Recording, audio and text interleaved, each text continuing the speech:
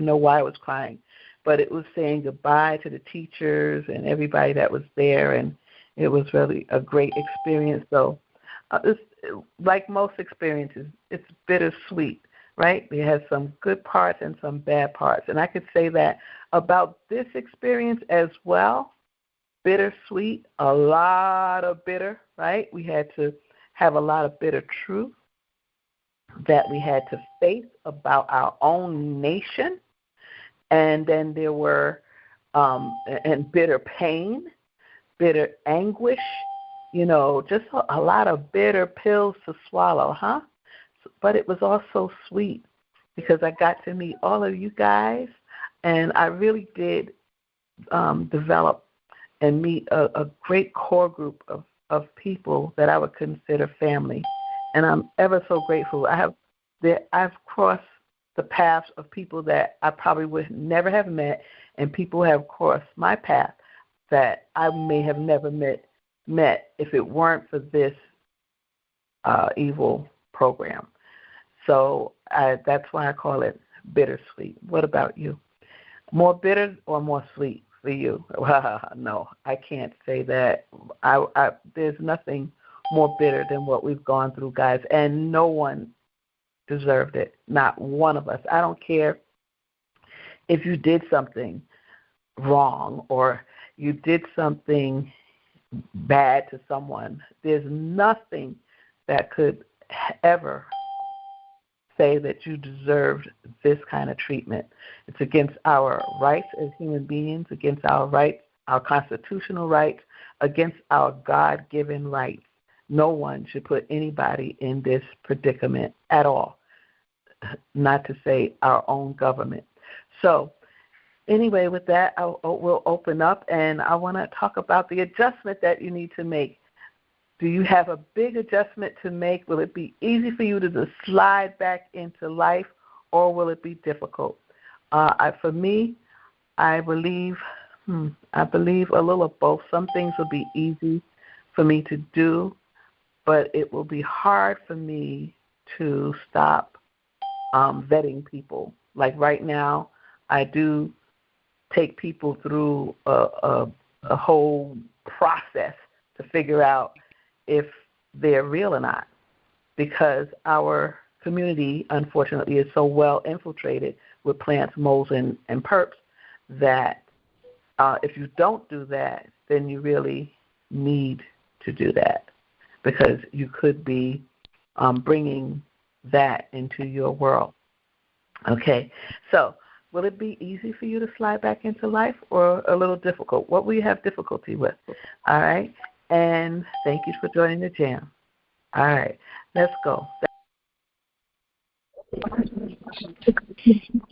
Welcome to the J.A.M, everybody. If you have noise in your background, please mute yourself so that we don't have to boot you. We have a great night planned, and the question on the table tonight, as you introduce yourself, city and state that you're from, is, will it be easy for you to slide back into life, or a little difficult? Please mute yourself if you have noise in your background. Let's go. Do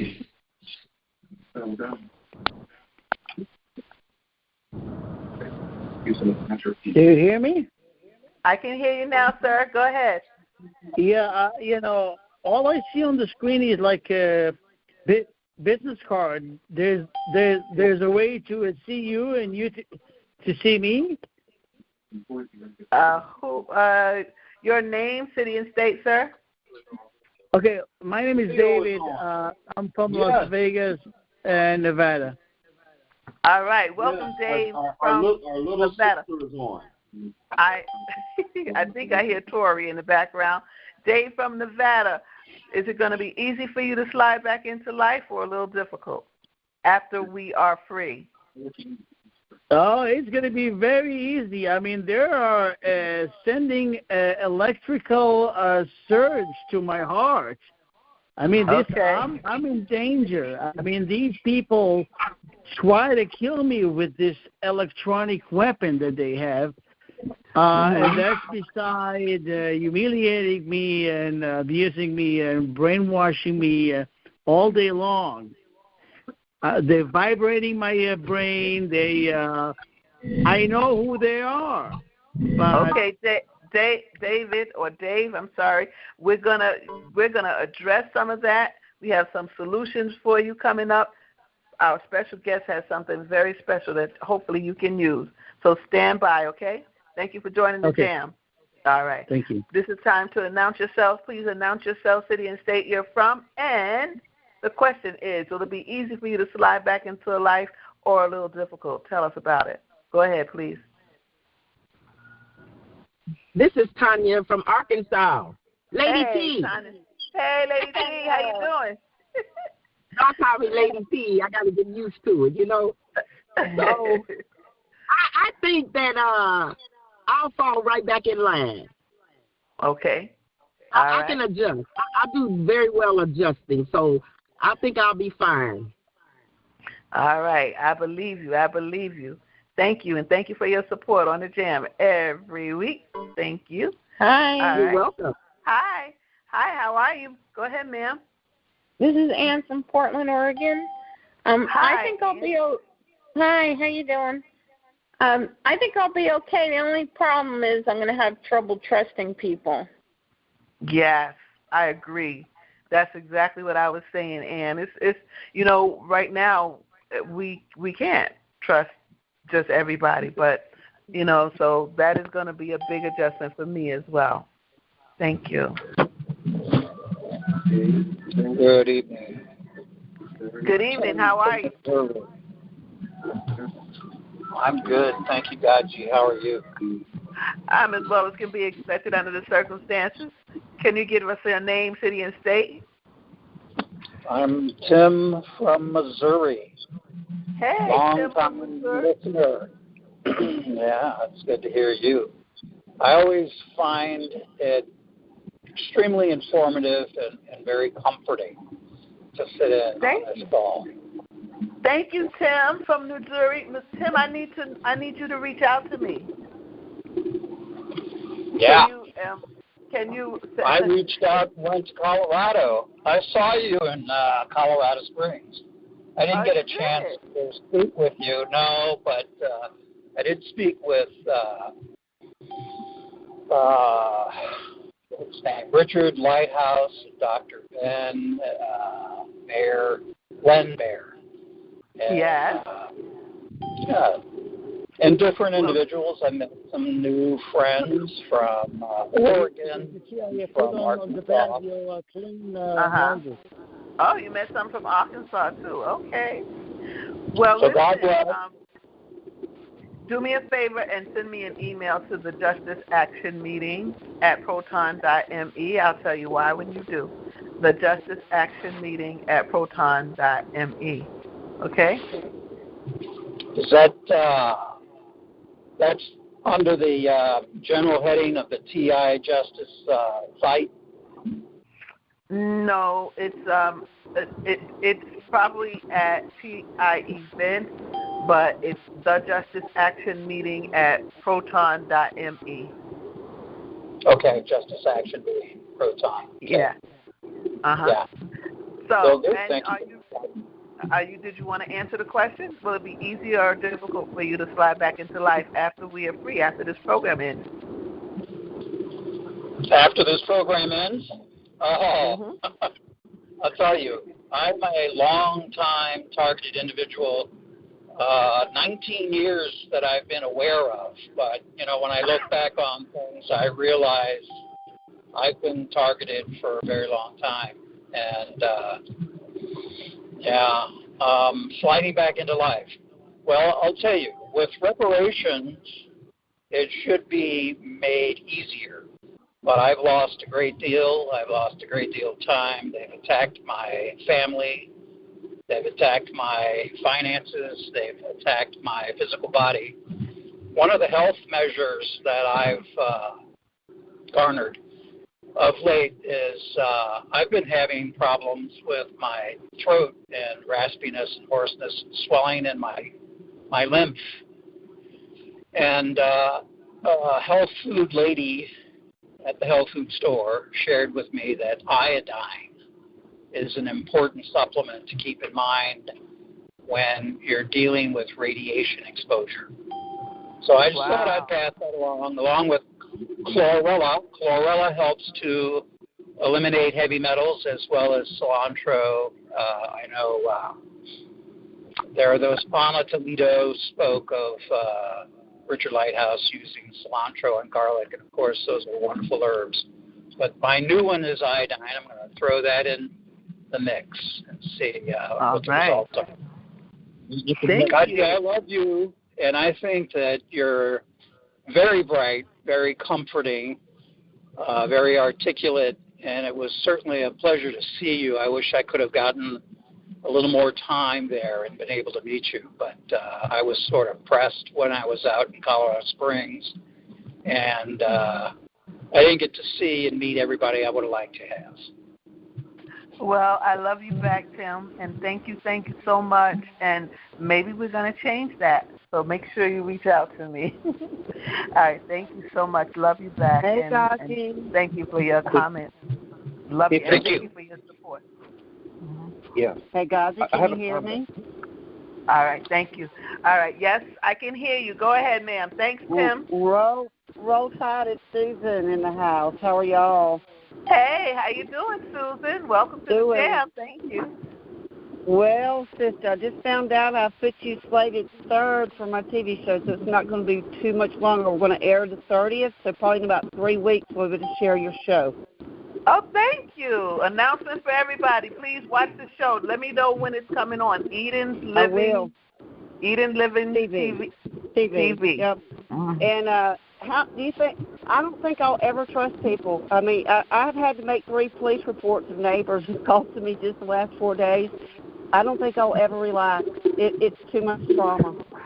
It is a lot of trauma. It's a lot of trauma. We all are going to deal with PTSD in one way or the other, in one form or the other.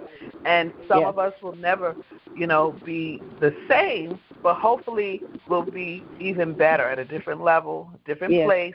But, so I'll be praying for you, Susan.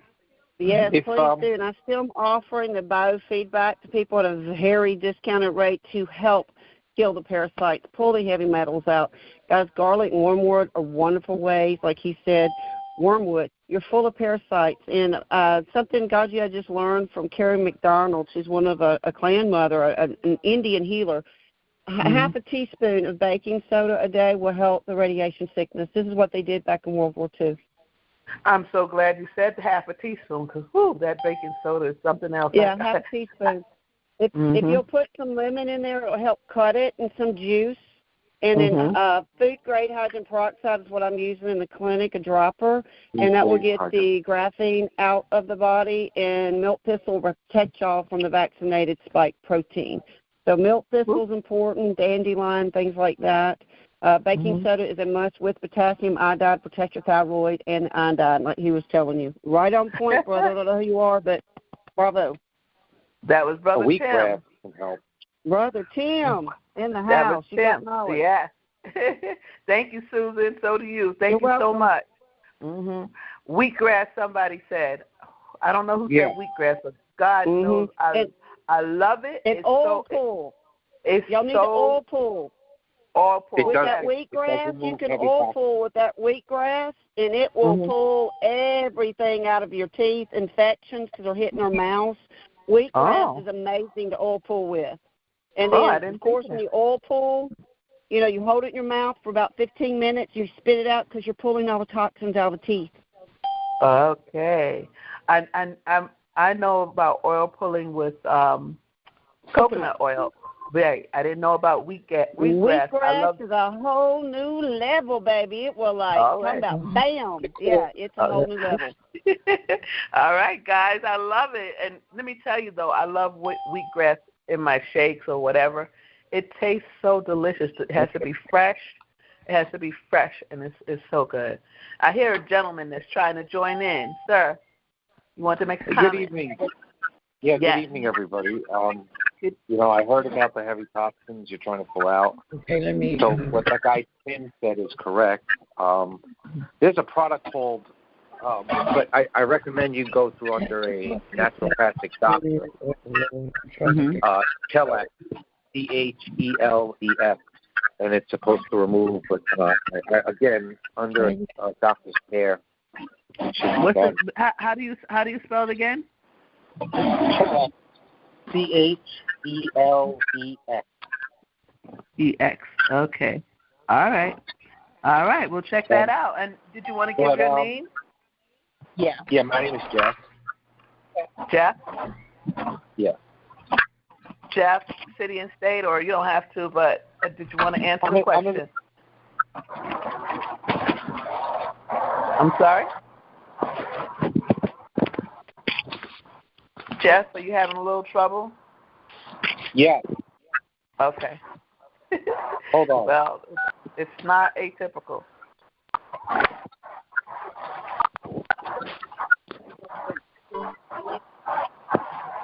Okay. Jeff will be right back with us, guys. Anybody else want to? Jeff, let me know when you got that together. And we understand, certainly. Anybody else want to weigh in on the question? Want to announce yourself? Well, what is your name? Is that you? Is that you, Jeff? No, it's David. It's David. Oh, this is Dave. Yeah. Okay. Well, what is your name? Your first name? This is GoGi's, Dave. This is GoGi's After Dinner Jam that you have joined today, and I think you're a first timer. So thank you for joining in. We're gonna get started in a few minutes with our night, and so I just ask you to stand by. You're gonna hear a lot of good stuff and hopefully some things that will help you. Okay, so good. we're waiting. Okay, thank you. Jeff, are you back with us? Yes, hello. Okay. Oh, okay. Wow, that's a lot better. Is that Jeff? Jeff, did you want to answer the question? I'm sorry, what was your question? Oh, okay, the question is it going to be easy for you or a little difficult sliding back into life after the program ends and you're free? I don't think it's ever going to end. Oh, okay. All right. I hope it is. I do too. And I maybe I'm an eternal optimist or idealist, but for me it's February. I see an end to it, and I'm ever so grateful. I think that, I when I have questions like this that are like above my head, over my head, I'll tell you where I go. I'll tell you when we close down. But all right, so anybody else? Welcome to the jam. If not, we're going to get busy. All right, let's shut it down. I have a question. Is that Dave? Yeah, David? Dave. I'm going to ask you to hold your question to the end, okay? We're going to have Q&A in a little bit. All right, thank you. All right, we're getting ready to close it down. Let's go. All right, guys, thank you so much. Thank you for participating. Thank you for being here. Thank you for pushing past your pain to prepare, produce, and make progress, okay? So tonight we have a special guest. He'll be on shortly. And in the meantime, we're going to do what we usually do. We're just going to surf the world, surf the nation for the news that refers to us, okay? It's telling our story everywhere. If you look for it, you'll find it. And that's what we do. I have a core group of people. I want to thank everybody from Liliana to Lady T, Major P, Roger, everybody, Tranquility, everyone who sends me articles and information for me to sift through so I know what we're going to prepare for you. Maria, everybody, thank you. J.A.M, don't want to forget you, always sending me stuff, Map News even. Just love it, guys. All right, so I wanted to start out with this that I found, this little nugget here, because you know how carefully we watch AHI, because AHI is about us. And what we mean by that is, and the United States has not confirmed or denied, as we see in our FOIA request.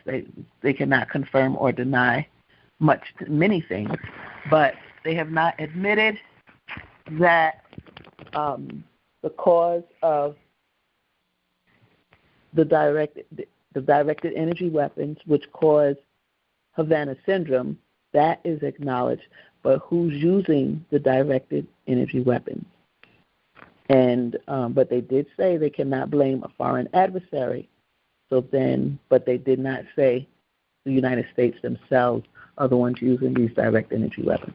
All right, so let's look at this article, and the title is "The Truth Is Out There," and it's about AHI. So Havana syndrome, AHI, they kind of use them interchangeably, but we have Dr. Bear calls it something entirely different, which is a scientific medical term, and I believe at some point will be adopted. So let's look at this article. And it says, meanwhile, last week brought a new development on the intriguing topic of anomalous health incidents, or AHIs, previously known as Havana syndrome, one of the longest-standing and strangest mysteries in Washington. Brian Karim, a reporter for Salon, published the results of a FOIA request he'd previously submitted to the CIA that turned up a heavily redacted whistleblower complaint filed by an agency employee. It alleged that CIA higher-ups were tampering with witnesses, suppressing evidence, and generally forcing a false consensus on the anomalous health incidents. Well, we already know, we read before, they had to stop a health survey or a study because the CIA was forcing the employees to participate even though they didn't want to, but they were saying they would be denied health care if they did not. Okay, so this is more. The phenomenon, if you recall, was first reported by the U.S. Embassy personnel in Havana, thus the name in 2016. State Department and CIA employees reported hearing a strange sound and feeling pressure in their skulls, which, according to the victims, caused a bouquet of debilitating symptoms: vomiting, vertigo, migraines, amnesia, vision and hearing loss, and the like. The symptoms came and went and often lingered for years. After Havana, overseas government employees reported similar experiences in China, Russia, Australia, Austria, the UK, Taiwan, Georgia, and even on U.S. soil, as I reported in 2020 in the D.C. suburbs. People also reported that even their pets and children had been hit, and many State Department and CIA employees were forced to retire early because of the syndrome's physical toll. Early evidence and speculation seem to point to a directed energy weapon wielded by the Russians. The Hill took notice, as did the then new Biden administration. But in March of 2023, the CIA released a report that seemed to put the whole thing to bed. Even as the number of people affected continued to climb and the geographical reach spread, agency investigators said they'd found no evidence of a weapon or a foreign adversary as the culprit. CIA Director Bill Burns and administration officials made clear that while they didn't doubt their employees were in real pain, there was no concrete evidence of a common cause, and that the CIA wanted to believe was that. But, of course, it wasn't. Victims continued to sound the alarm and advocate for more clarity. Everyone inside Lana Lev, okay, I'm going to spell that for you, L-A-N, I think this is a A, L-E-V, seemed to know. Yeah. The G is cut off. Langley. So everyone inside Langley seemed to know.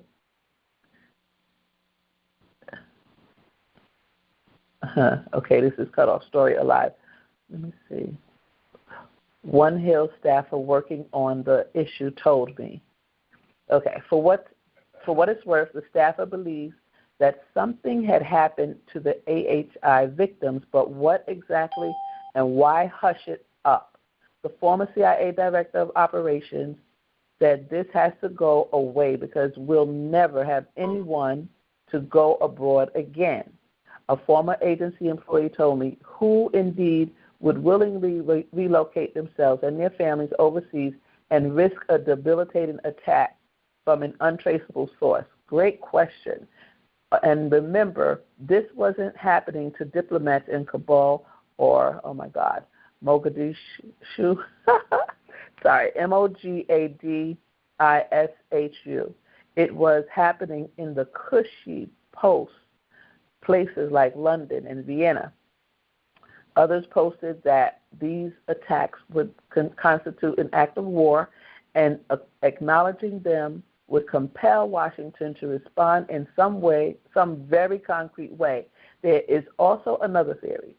The thought is, to what extent are we, the U.S., doing the same thing or similar, said Zaid, the attorney for the whistleblower.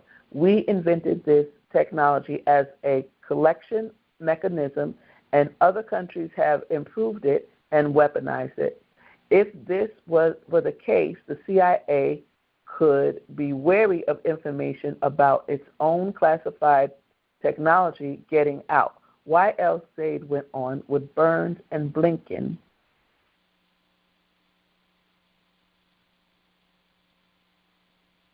someone who'd been hit, and they found no reason to believe their colleagues. Okay, so this is not. My article is not matching up, but we're going to get the point though. Meanwhile, independent investigators and journalists stayed on the case. In April, Christo Rosez, Roman D., and Michael Weiss published a piece in The Insider that pointed to a Russian GRU unit that had been hopscotching across the globe and attacking U.S. officials. The whistleblower complaint filed in January of 2023 claims that the CIA discouraged victims from speaking to the FBI, which was investigating the incidents as potential crimes committed against American U.S. citizens at home and abroad, and that those who did speak to the Bureau were punished at the agency. Wow. The CIA said, don't talk to the FBI, okay, because they're investigating. In the complaint, the whistleblower wrote, I have reason to believe that this assessment, referring to what became the agency's Nothing to See Here report, is designed to convey the appearance of IC consensus when no such consensus exists. Further, the whistleblower accused the agency of withholding information from Congress. The complaint led to an investigation by the House Permanent Select Committee on Intelligence last year. It is still ongoing. The whistleblower, according to their attorney, Mark Zaid, said. Okay. All right. Let's see. This wearable detection devices are for directed energy. Oh. I asked him if I heard right. I've been told, and by multiple people, that they do that. They shrug, which makes perfect sense. They have wearable detection devices for directed energy. We have to find out about that, huh? So we can get a device that will detect directed energy. Is that what I'm hearing and reading here? That's totally nuts. A senior administration official scoffed. That's bonkers. But the official thought about it for a moment and admitted that there are guys who travel with high-ranking officials like Blinken and Burns, the networking guys who carry all kinds of sensitive electronic equipment so that the secretary and director can, for example, make secure calls from their planes. Maybe the rumored detection devices were part of the kit. I have no idea, this official said. And if I asked them, they wouldn't tell me. Then they thought about it some more. No, that's nuts. Why would they be covering up evidence of Russian malfeasance? It doesn't add up. okay, there's an F word here. We F-bomb hate the Russians. We call them out all the time. So that means they weren't. So then that makes a point. Then it's probably not the Russians. It was a lot harder, the official said, to tell the AHI victims that what had happened to them hadn't happened. It would be so much easier if it were the Russians or the Chinese, the official side. I'll repeat that. It would be so much easier if it were the Russians or the Chinese. Okay, but it's not. And that's the end of the article. I think there was another part of this article. All right. So we get it. They're still grappling with it. They don't know how to release this to the public. They don't know how to, they can't get rid of it because no one is saying it's over. Let me see. They're inside. And let me see if there's any part there. Let me do this part here. They're still inside, said Zaid, who represents many of the AHI victims, as well as another agency whistleblower whose complaint kicked off Donald Trump's first impeachment. They're not low level, but not senior. They are someone who has had access to this information throughout the federal government. This person is not a victim, but they have participated in many of the investigations on the inside. As someone who has been writing about this phenomenon for the past 4 years, I have to confess that it only gets curiouser and curiouser. Why would the CIA be so eager to dismiss something that so many of its own employees, current and former, are convinced is real? And who is right? The people who fervently believe this is a Russian-directed energy attack, or the people who fervently believe it's a case of mass psychosis? What about if there's neither of those two? A topic that was once fair game in Washington national security circles has now become akin to talking about UFOs. People will tell you quietly they believe something happened, but they don't know what. Okay. All right. So still a mystery, this AHI. We're keeping our fingers on the pulse of it. We're watching it because guess what? If you've been tortured by directed energy weapons for at least 6 months, most likely you have Havana syndrome. And if you're facing the vertigo and the tinnitus and the pressure in your head and the things that say that they're assaulting your brain and so forth, most likely you have Havana syndrome. Okay, so, if you can find a way to get diagnosed, we know of 2 doctors, one in Florida, one in New Jersey, that will take you through the evaluation process. All right, guys, so that's what I have there. I'm really excited about everyone who's going to the meetings. Please, get to know the people in your area so that you all can go out. Not only we have a date coming up for the to meet at the Capitol, where we do Boots Across America, so that we can all make noise and raise our voices. And that'll be announced later on, so you'll hear more about that, as well as there are people that are going to different council meetings. So we just want to listen into one that took place in California and was well represented by 2 TIs. So let's play that, Lady T.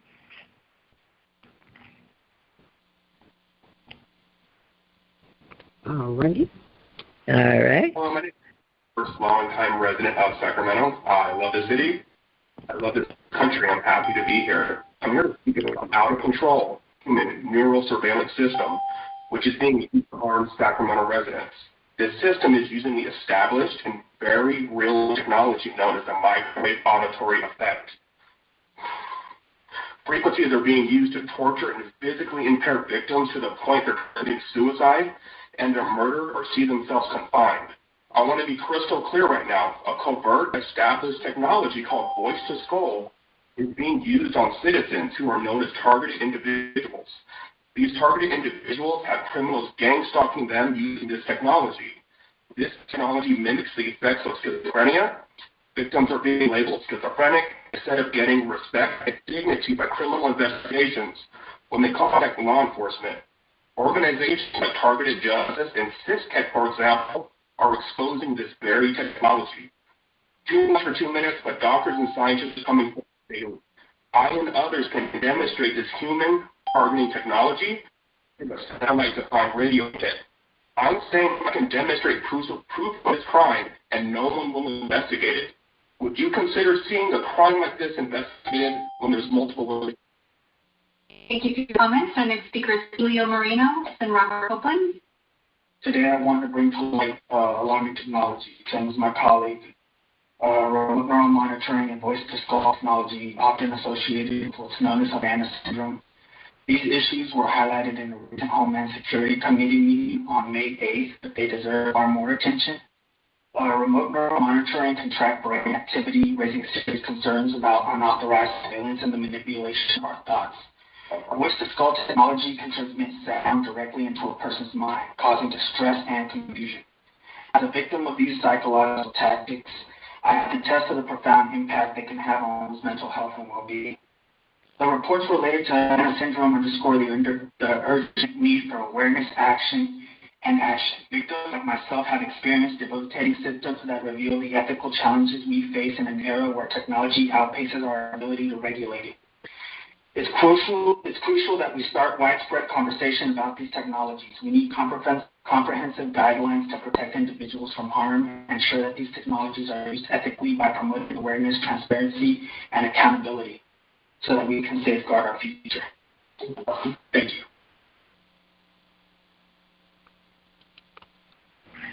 I love it. They read their information. They had their information prepared. They told exactly what was going on. What was interesting is that the ones that were listening merely thanked them and went to the next thing. So, as if it didn't have anything to do with them. No, you're here. You're elected to listen to our concerns and to do something about it. So that, I believe, is important, that when we present that we request a solution. We request them to have time to review what we said and to provide a solution or a part two, a follow-up. They shouldn't be able to just say, thank you very much, very interesting. No, this is a good concern. What I like David did, and that was our guest last week, David Edwards, I'm sorry, he asked a question at the end. They didn't answer it, but he did ask. All right, thank you. Let's go ahead on with Ryan. We've been following Ryan from CIS, that's the investigator, and who became targeted after investigating some of our concerns. Excuse me. And he got his camera, his recorder, into the FBI, and so we're up to part 3 of his interview. They called him in, and he recorded it, and he shared it with the community. It's priceless. Thank you. Lady T, go ahead. Right. So there's some doctors out there like that work for DARPA, like Giordano and Duncan used to work for DARPA as well. That explain this. I decided to branch off and find other people in specific areas. And so, sorry to cut you off, Dave. How do you, you said you have a list of people, you were just kind of talking about that. You try to find other people. How do you? They're everywhere. So, if you go on Facebook and look up TI or gang stalking, you're going to find hundreds of thousands. Like, literally, the example we took, we started with 5,000. So we moved that down to people that one was having a V2K or called paranoid. Yeah. They were being followed. Every electronic they had is being hacked. And, we're talking about the people that have specific inductions like cochlear mechanics. So, and that of visual distortions they shouldn't have.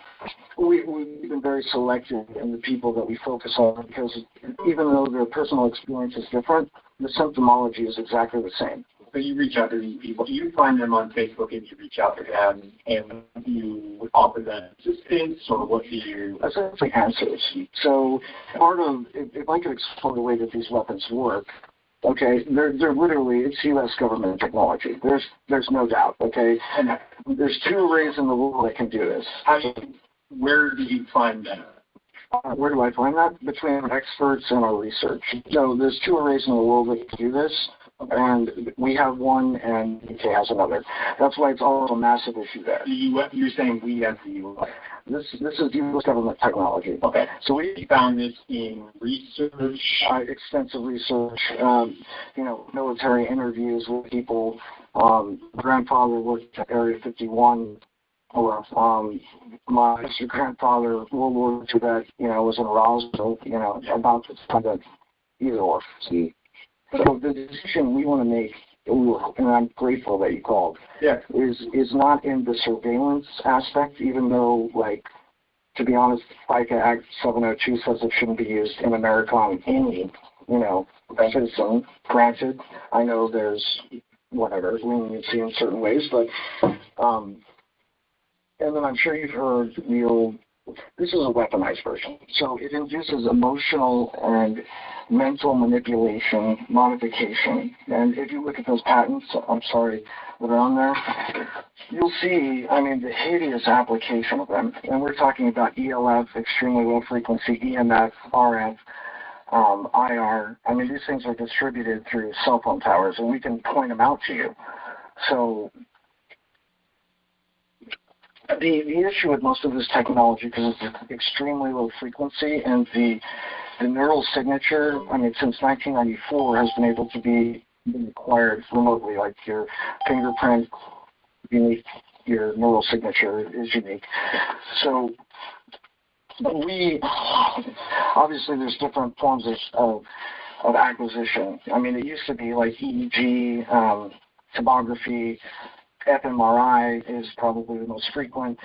Now, of course, you've got DNA bioresonance that's being used both ways. So, if you collect someone's DNA, then they'll translate that from DNA to ions to data sets to bioresonance, and then the opposite way, which is basically ions to the equivalent of DNA or data sets to DNA bioresonance. So the issue with some of these patents is they were developed as, the reason they're called Inventions is obviously mind and control, which is the German K.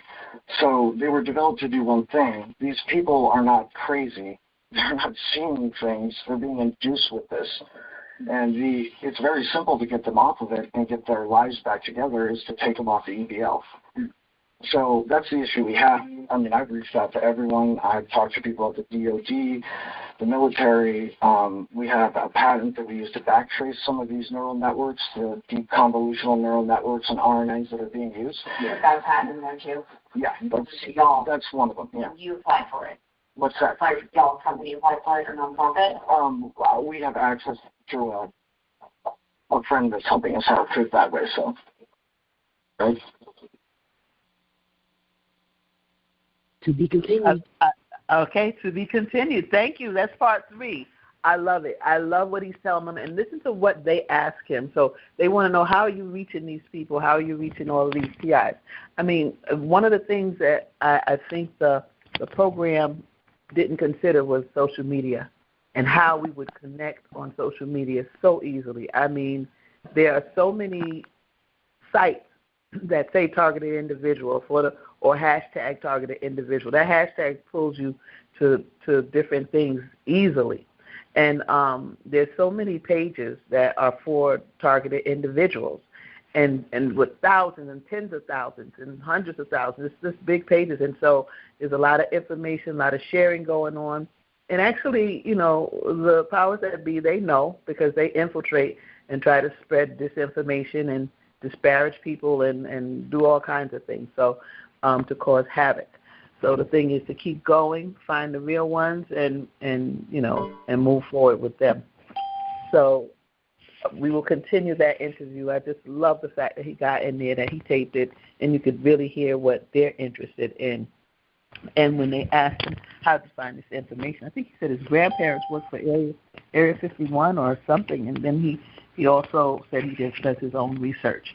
And but they want to know, how did you find this, and how are you finding the people, and what do you offer them? You know, so their questions are very pointed as well.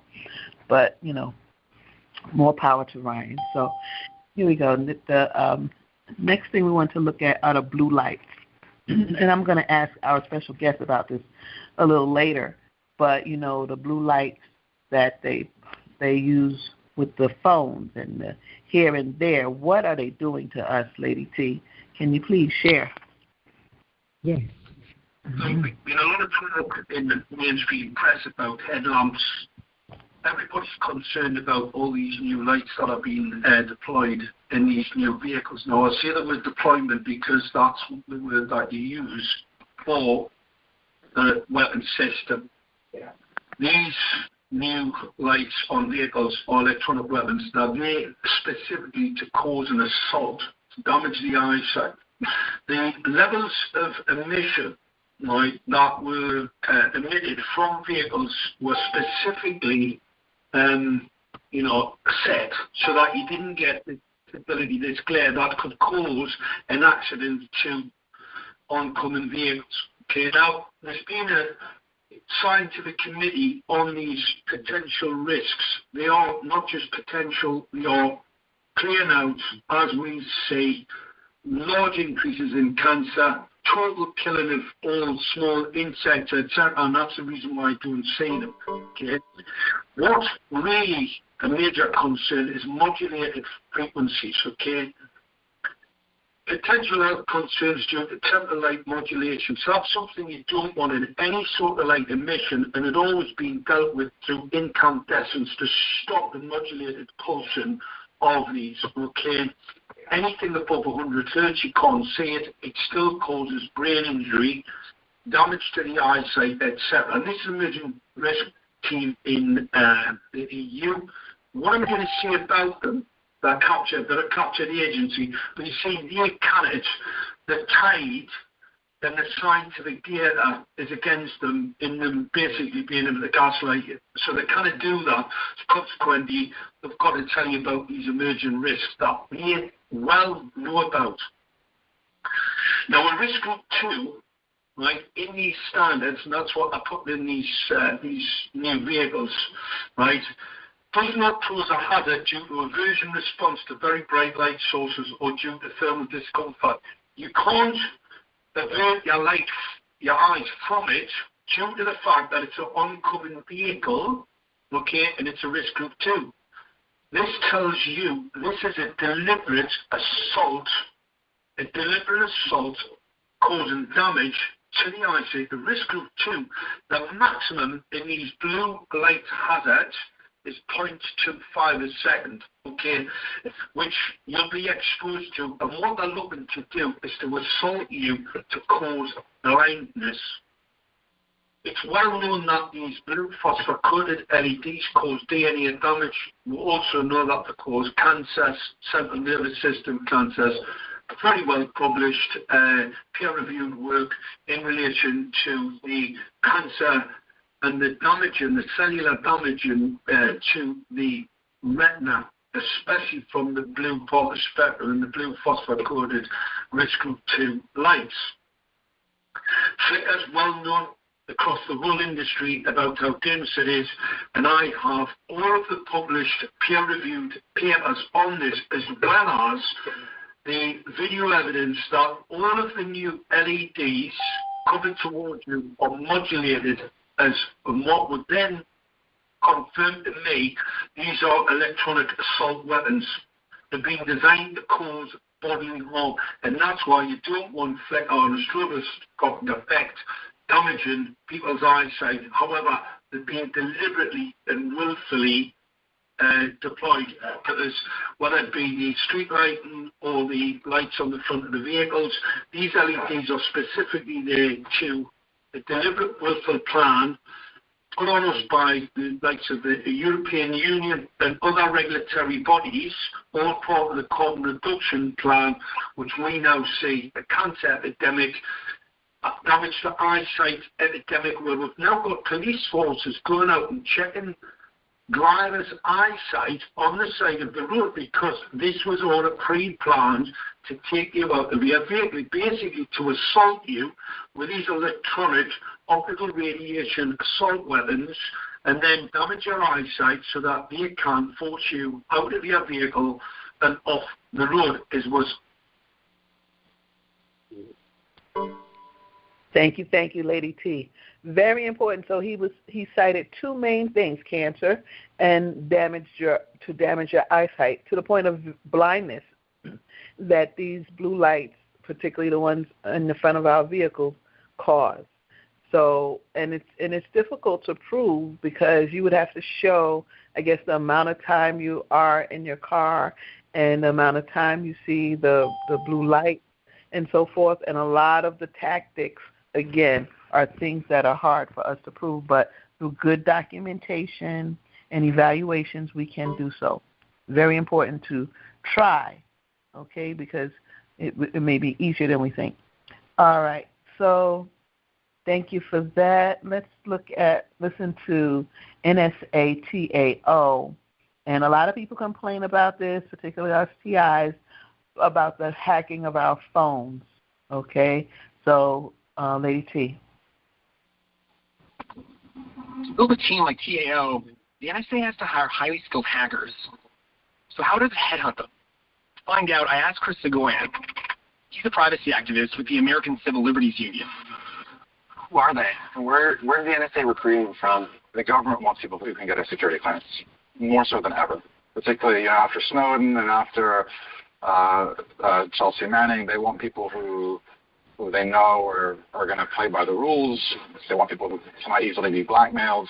So I think, NSA tries to recruit the best and brightest from computer science programs around the country, and in particular, computer security programs like Carnegie Mellon that have probably the most sophisticated offensive cybersecurity programs in academia in the United States, and their students are heavily recruited both by NSA but also, by Silicon Valley. They're competing for the same people. So they're competing for the same people, and the problem that NSA has is they can't pay the same kind of money. Right? They're not going to be able to offer the smoothies and massages and sort of perks of life that Google and Facebook can, but they have something that those companies don't. What they have is a monopoly on violence. Right? In the same way that if you want to rappel out of helicopters and shoot people in the head, you go join the special forces. If you want to hack into systems lawfully, the only game in town is the government.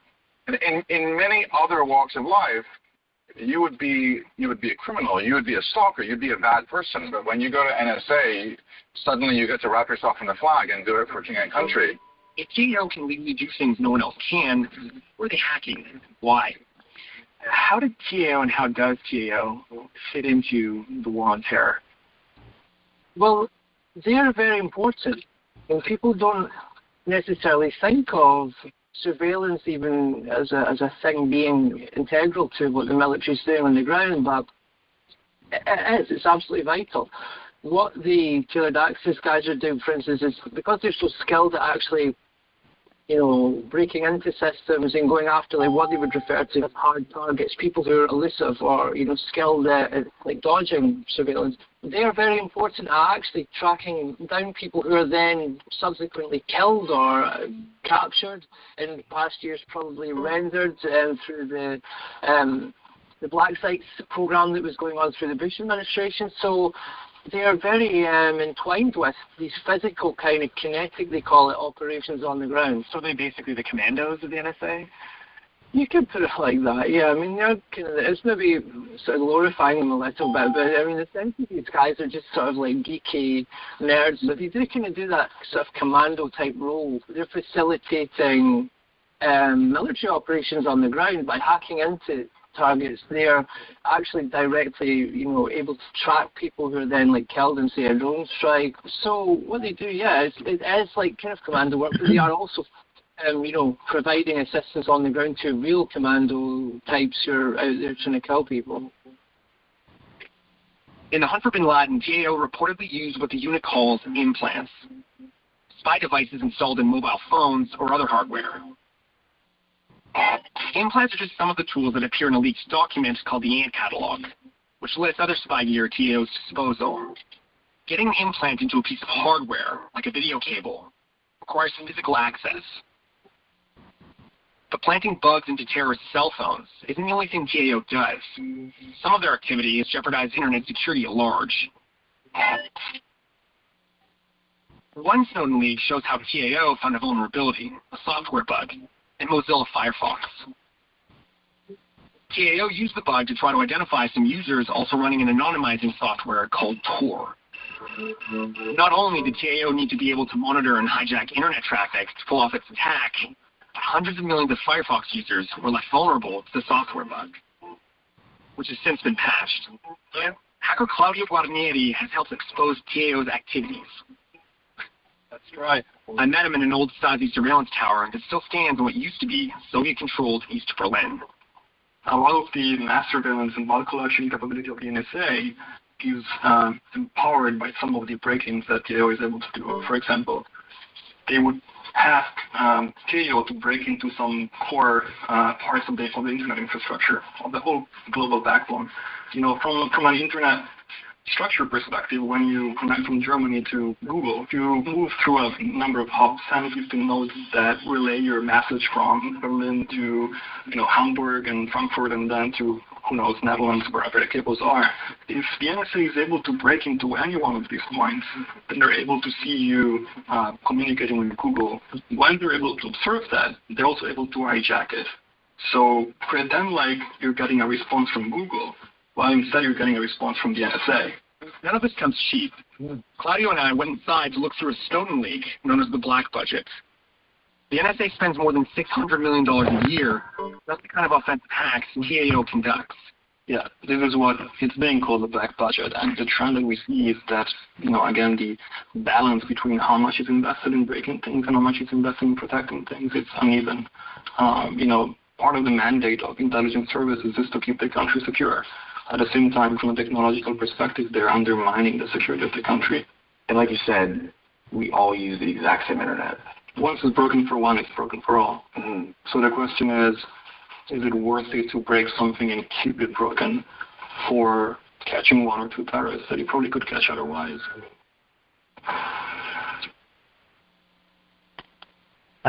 The question is it worth it to break something and keep it broken, particularly since we all use the same internet? So this helps to pad the budget if you break it and keep it broken. It also helps to keep, them investigating and hacking and so forth with the internet. So very interesting thoughts here. This NSA TAO, I think there's another part of it that we will share next week, and then I can sum it up. But it really talks about the fact that if you work with the government on hacking, it's like you can do it legally. So now you have, if you just love doing that kind of stuff, you have the legal cover that you need to just hack into everybody's anything. So, okay. And they talked about implants, right? So they talked about putting these implants in a foreign adversary's cell phone. Did you ever lose your phone and then find it? Okay, so they talk about putting these foreign implants. Like they put the foreign objects or the implants in our bodies, they can put it in our phones to help them with surveillance. Yeah, now everybody check your phone out. If you can, it would be great.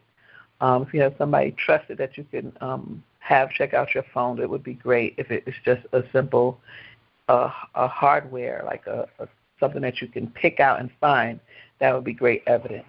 Okay, so now let's take a minute and let's take a commercial break, and then we just have a few more before we get ready for our guests. I need to know that Dave Case is on the line. That's our guest tonight. And yes, I'm here.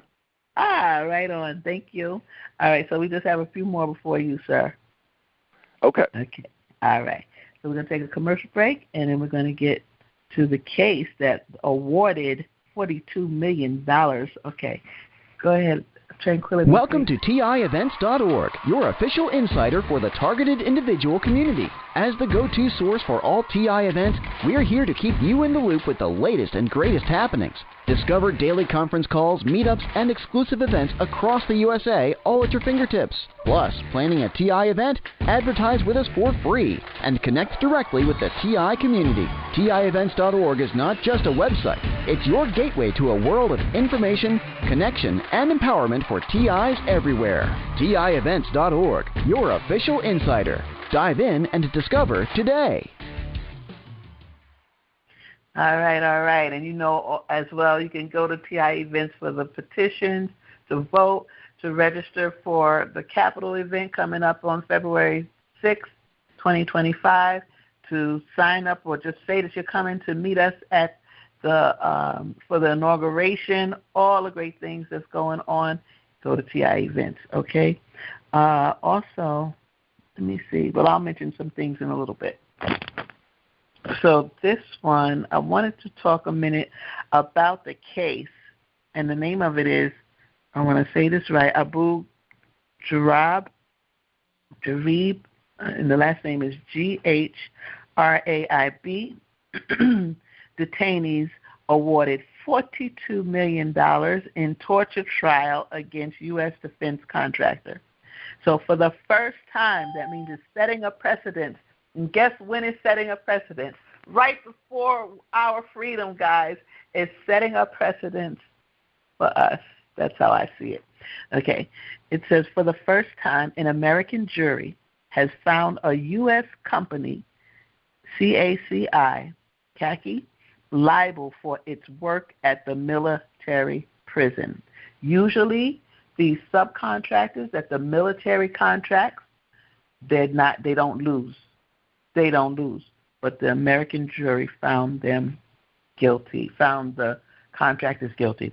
This article is dated November 12th, 2024, and it's from The Intercept in case you want to find it on your own. Please don't text me for it. An Iraqi man waits for the release of his relative detained in Abu Ghraib, prison in Iraq. That was May 21st, 2004, and that is the image that we see. So a federal jury held a defense contractor legally responsible for contributing to the abuse of detainees at AG. That's what I'm going to call it. For the first time on Tuesday, the jury awarded a total of $42 million to 3 Iraqi men, a journalist, a middle school principal, and a fruit vendor, who were held at the notorious prison 2 decades ago. And $42 million, that's about 14 apiece. You all figure it out, okay.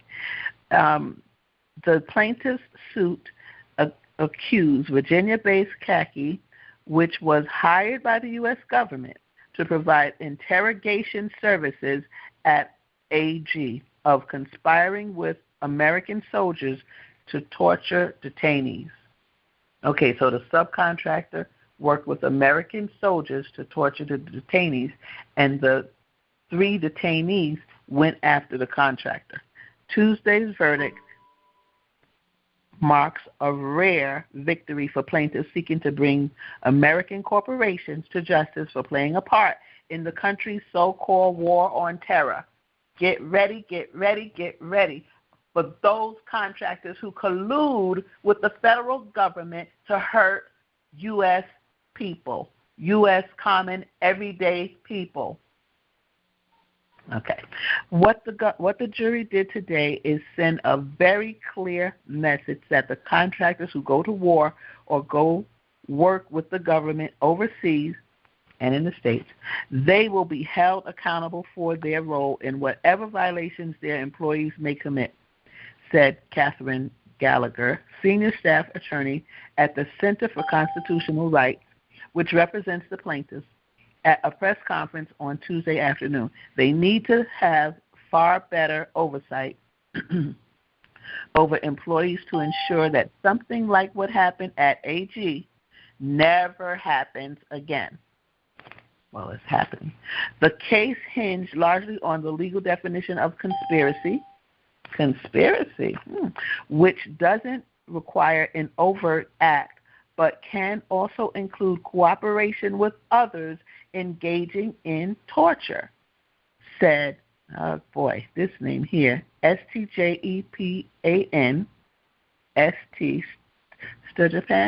Stjepan, something is probably silent, Okay?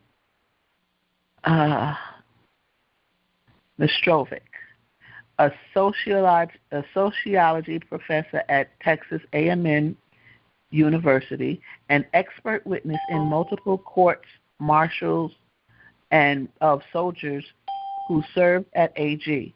This ruling opens the door to future findings of responsibility based upon conspiracy to commit war crimes by civilian contractors and other adjuncts to military forces, he said in an emailed statement.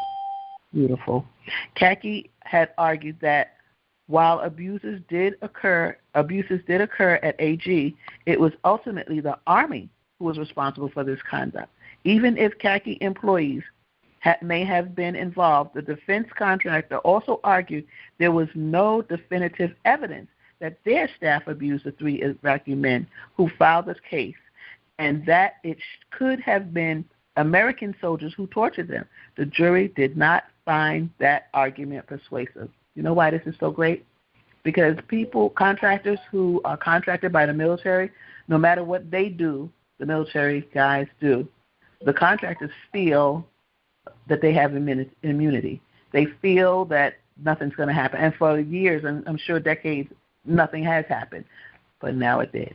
Okay, so now contractors will think more seriously about signing contracts and then feeling like they can do the U.S.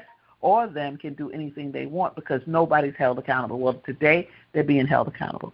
A lawyer for Kaki did not immediately respond to a request for comment. The monetary compensation for plaintiffs includes $3 million each for compensatory damages and $11 million each for punitive damages. Okay, so I was right, 14. Their lawyers say that's what they requested. So they got exactly what they wanted, meaning they could have asked for more. Baher Azmi, okay, BAHER AZMY, legal director at the Center for Constitutional Rights, said in a press conference on Tuesday that the verdict sends a strong message that this kind of corporate malfeasance and neglect and recklessness and deflection is outrageous and deserves to be punished. The case was filed 16 years ago, but got caught up in procedural hurdles as Kaki tried more than 20 times to dismiss the case. Dismiss. 20 times. November's case was a retrial. In an initial trial in April, jurors were deadlocked following more than a week of deliberations. The judge declared a mistrial. That trial earlier this year also marked the first time that an American jury heard directly from Iraqis who were detained at AG. A lot of first-time things happening there. And it's a precedence that was set, and it's a great victory for us all. Okay, one other comment that was made here by, I think it's Rizvi. Yeah, Yumna Rizvi. She said, it's also notable that an American jury sided with the Iraqi men against an American military contractor. Okay, so she points out that the contractor is also American, not only, and as well as the soldiers. Said Yumna Rizvi, a senior policy analyst at the Center for Victims of Torture, which is an international nonprofit. It shows that they're clearly not in lockstep with the decisions of their government, Rizvi said. The American public is putting its government and its contractors on notice that we see you and we don't agree with what you've done or are doing. I think we're going to hear more of that in the upcoming months. The American public is putting its government and its contractors on notice. All right. So that's that article. And I think we just have one more that I wanted to us to hear, one more clip, and then a statement, and then we're going to get prepared for our guests. Okay?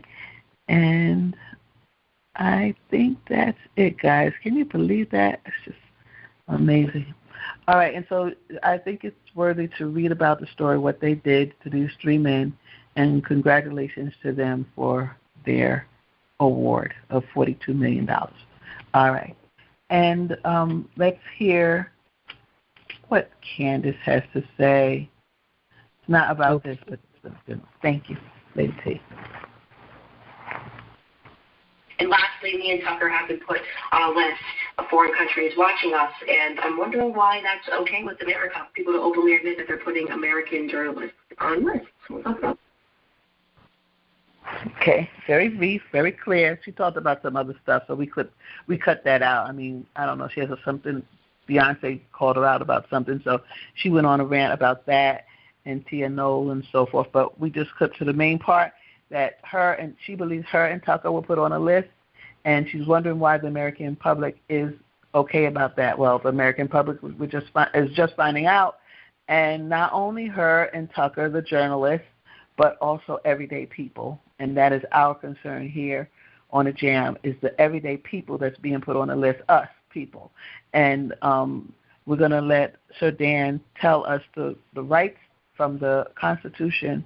You know, I really, you know, this it really makes you want to pull out that We the People whole document, We the People, and read it so that we know what we are up against, what is being trampled on, basically, and what's being challenged. So I asked Sir Dan to read a few of these articles that when gang stalkers violate us, when this program violates us, these are the articles that they're violating. So, Sir Dan, please, can you introduce this? Yes, these are the rights and possibly more that are violated by this evil program. Constitution violation. Article 3. Everyone has the right to life, liberty, and security of person. Article 5.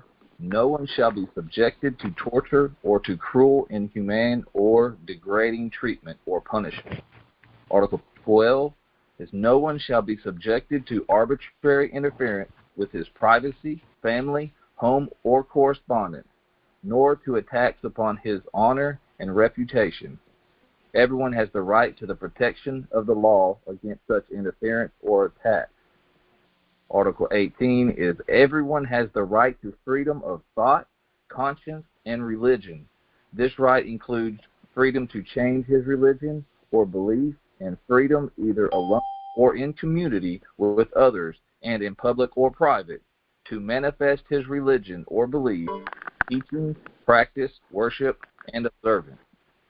And lastly, Article 30 is nothing in this declaration may be interpreted as implying for any state, group, or person any right to engage in any activity or to perform any act aimed at the destruction of any of these rights and freedoms set forth herein.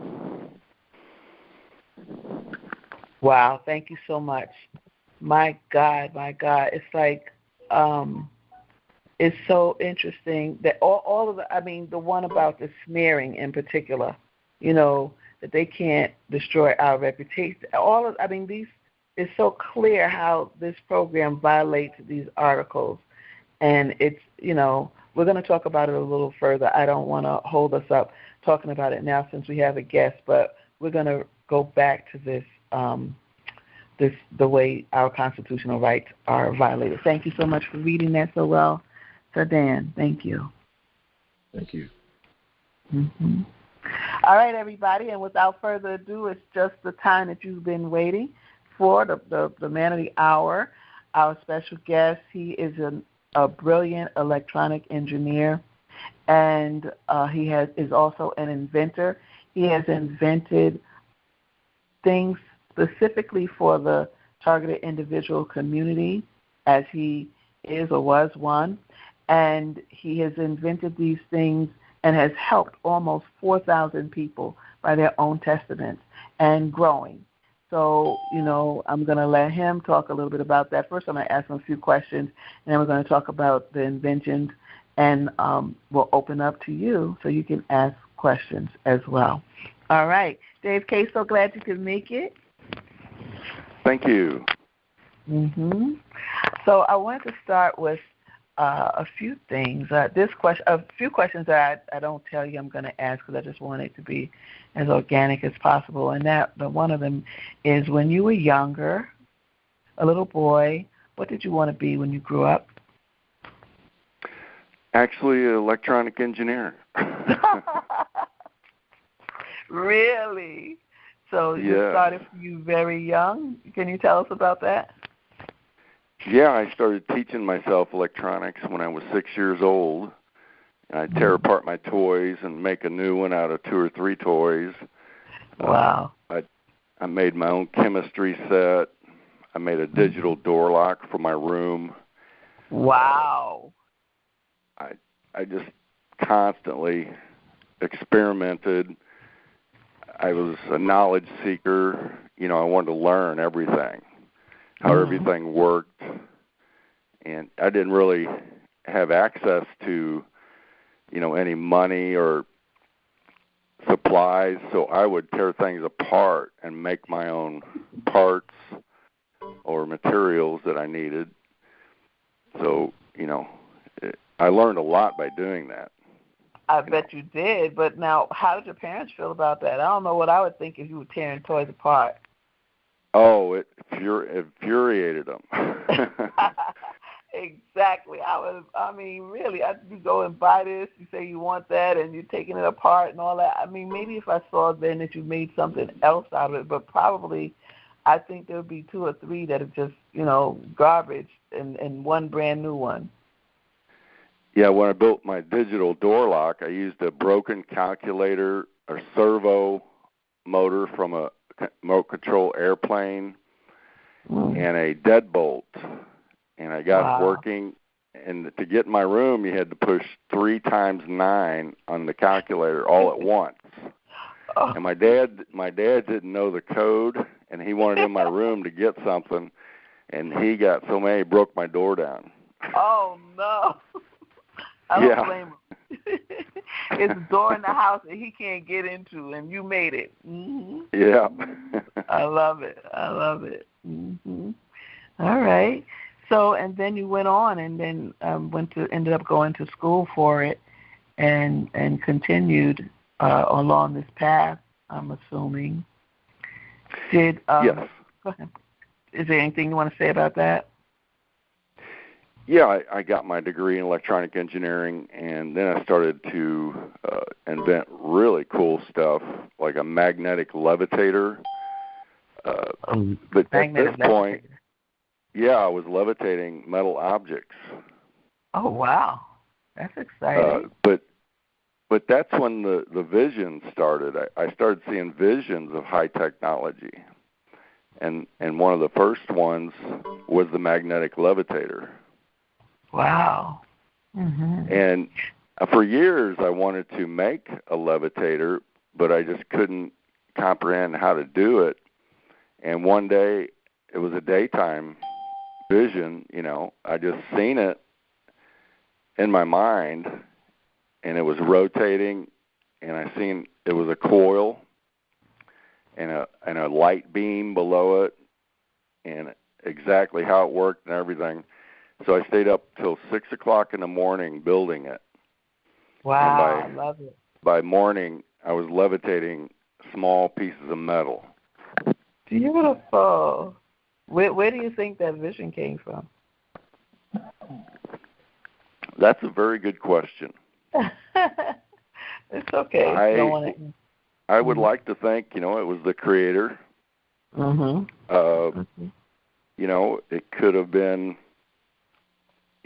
after so much pondering and thought, it just could have been something I did come up with. But I tend to think that the Creator sends us visions to help us. I believe that as well. Yes. I remember I started a group called Me Time, and I could not, and I like acronyms, so I wanted M-E, and I could not think of what to do with the M and the E. And it was like, and I always come up with names and stuff, like the J.A.M is the Justice Action Meeting, so I like that kind of stuff. So it usually comes to me, but I could not think of what me time, what to do. And I'm telling you, I slept, and I believe God gave it to me, and He said, M-E, minus everything. It's just brilliant. I know I didn't think of it. It was, your me time is when you minus everything, take everything away, and you get to your me time. So I started a mega group, on Facebook, and which I have abandoned. But anyway, minus everything. That's your me time. All right. So then you had the vision and you created the magnetic levitator. That is absolutely beautiful. So as you continued on, you at some point you became targeted. How did you? What do you think was the cause of that? Well, the next invention I worked on, I started getting into computer processors, and I come up with the idea, well, instead of using electricity, I'll use light beams and prisms, and each color of the rainbow would be a data bus. And so it's basically a light-operated computer. And then I went to patent it, and that's when the trouble started. I started being followed, and I actually caught the people following me. What did you call? You caught them red-handed? Yeah. Well, I had the feeling I was being followed, so I thought, well, when I pop up over this hill, I'm going to put my car down this small road in the bushes, in the trees, and I parked it real quick, and I got out and walked through the woods, and when no cars were coming, I crossed the road and then walked back to where I could see my vehicle from across the road, and I sat there for a while, and this vehicle come by and slammed on its brakes when it seen my truck, and hit reverse and just burned the tires off, and then it stopped, and two guys come out running towards my truck, and they were, I don't curse, but I'll just say the first part, all the way they were running probably about 300 feet going, fuck, Wow. It's like the end of their world. Wow. So somebody got in some big trouble because I got away, Yeah. So right then, I knew right then that something serious was going on. So I kind of went into hiding for a few weeks, and then I was targeted. Did you know what targeted was, or you just realized that you were being followed? Sorry. Say that again. I said, did you know what targeting was at that time, or did you? Oh no, absolutely not. No, I never heard of tinnitus.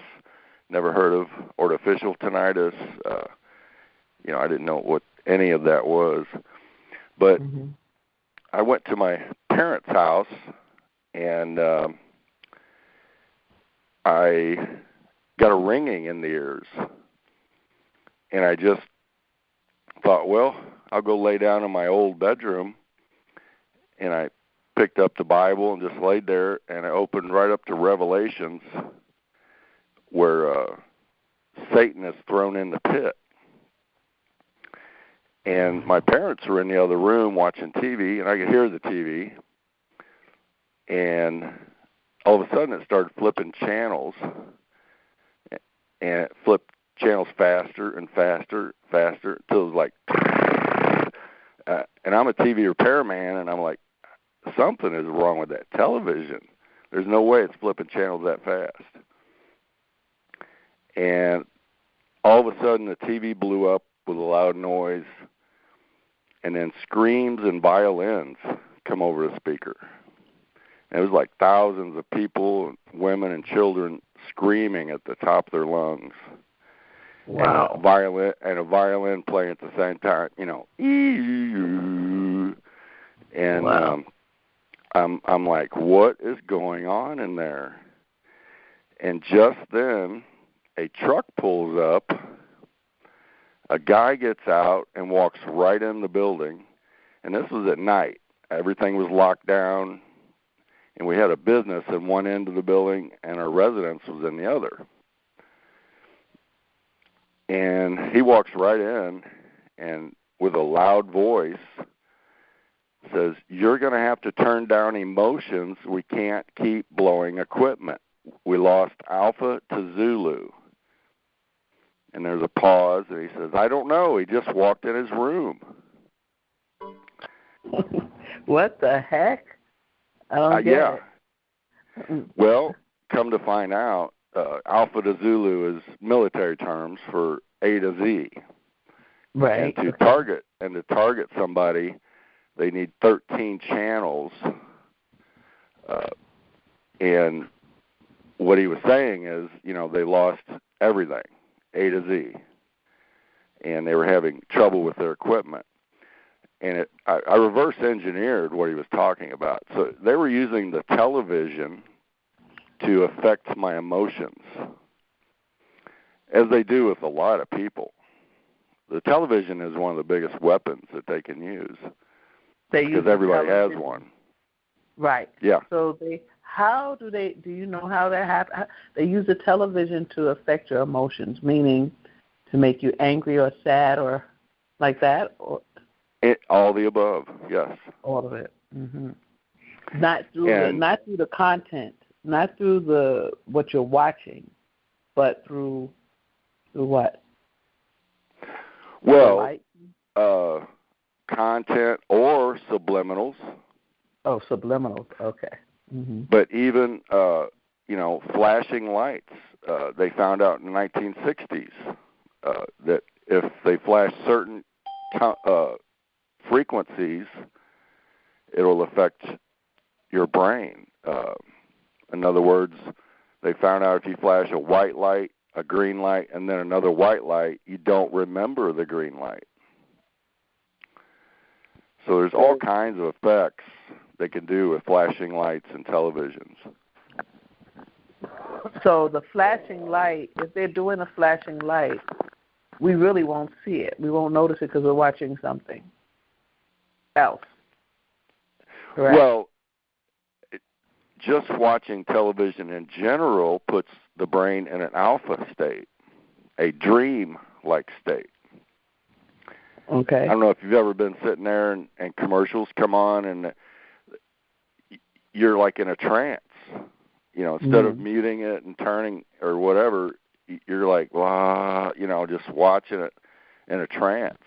And that's the power of television, Right. I know a lot of people say, well, I was watching television, or the television was watching me, because you really, you can zone out or you can fall asleep even. Yes. So, easily.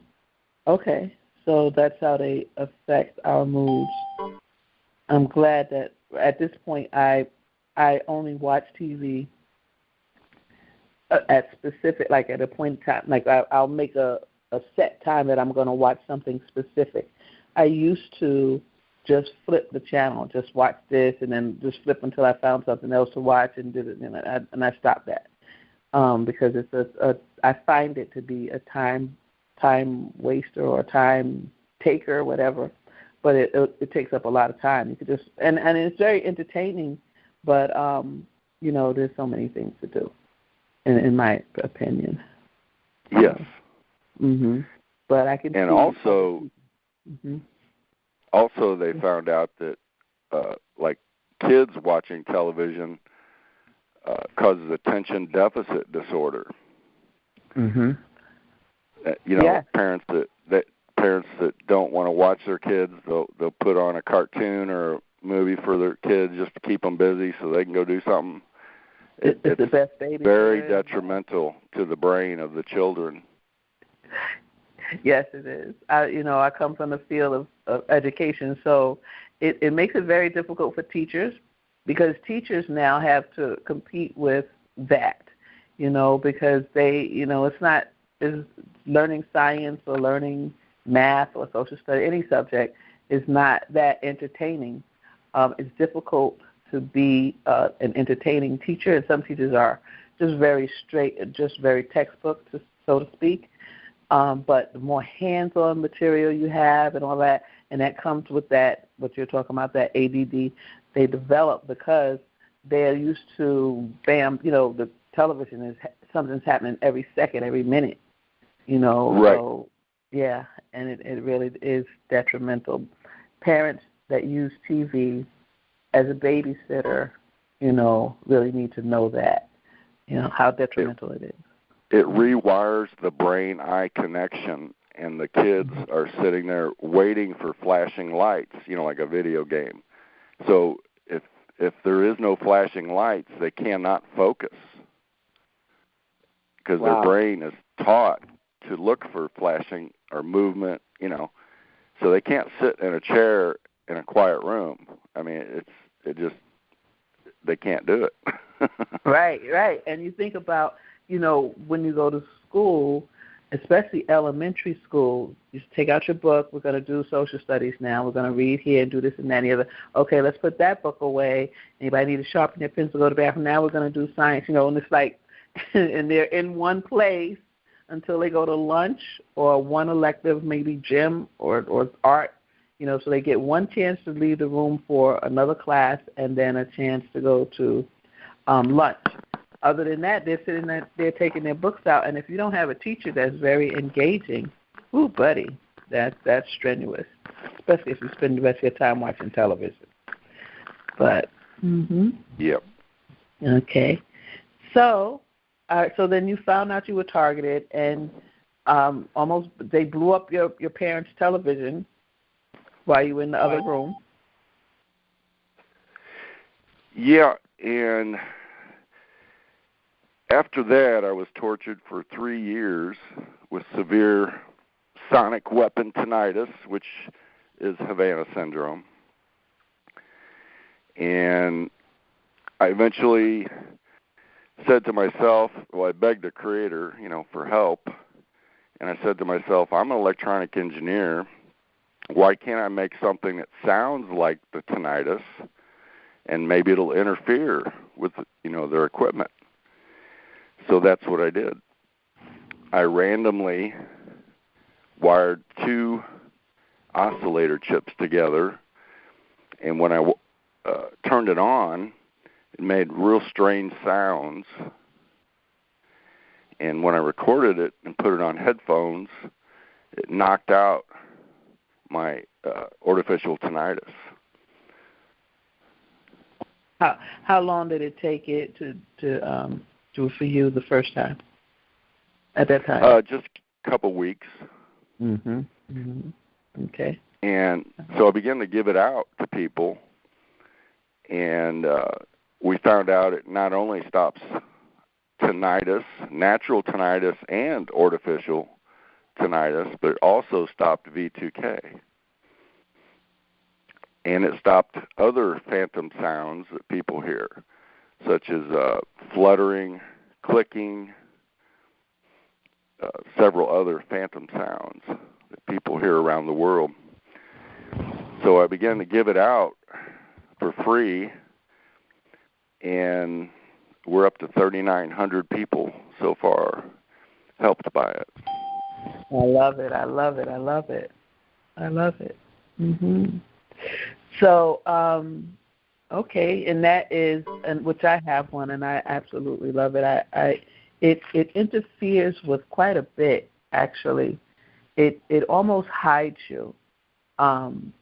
So what they do, if I go to an airport or to anything where I have to put the SD player and all that on, they try to break it. And I have my way of getting it replaced on them. But because they, when I do these things, they try to break it. Or they do break. They have broke a few of them. But which means that it works. So that's actually a compliment. And but they they do that. And what I will do sometimes, it's good to just have it playing through the CD near your windows or doors. Just have it playing around your house. And then I know you have the formula to wear it. Can you tell us about, how you say to have it on at night or how many hours and so forth? Yes, the best way to do it is the first day you get it, you play it for about 3 hours to get used to the sounds because they are quite chaotic. And play that for about 3 hours to get used to them. And then you switch to all night, every night for 3 weeks. And you have to play them on one of 3 sets of headphones. And the best and the cheapest are the KOS KTX-Pro 1. They're only $19 on Amazon. And you play it for 3 weeks. Now, that's the average. Some people see results before 3 weeks. Some people can take 6 weeks or more. But the average person that sees results is about 3 weeks. And what it does is it interferes with the reading of your biosignature. In other words, to target someone, they have to read your brain waves, heart rate, your electrical activity. And they use that as a serial number to track you. So that way they know precisely where you are. In a room of 100 people, they could pick you out by your biosignature. And that's how they direct the energy to that skull only. So when the person plays my CD, it interferes with the reading of the biosignature. And then after about 3 weeks, that feedback loop that they set up begins to break down, and then that person is freed from the targeting.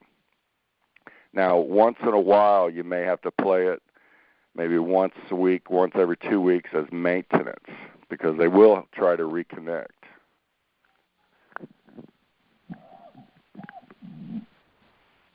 Okay, thank you. That's great.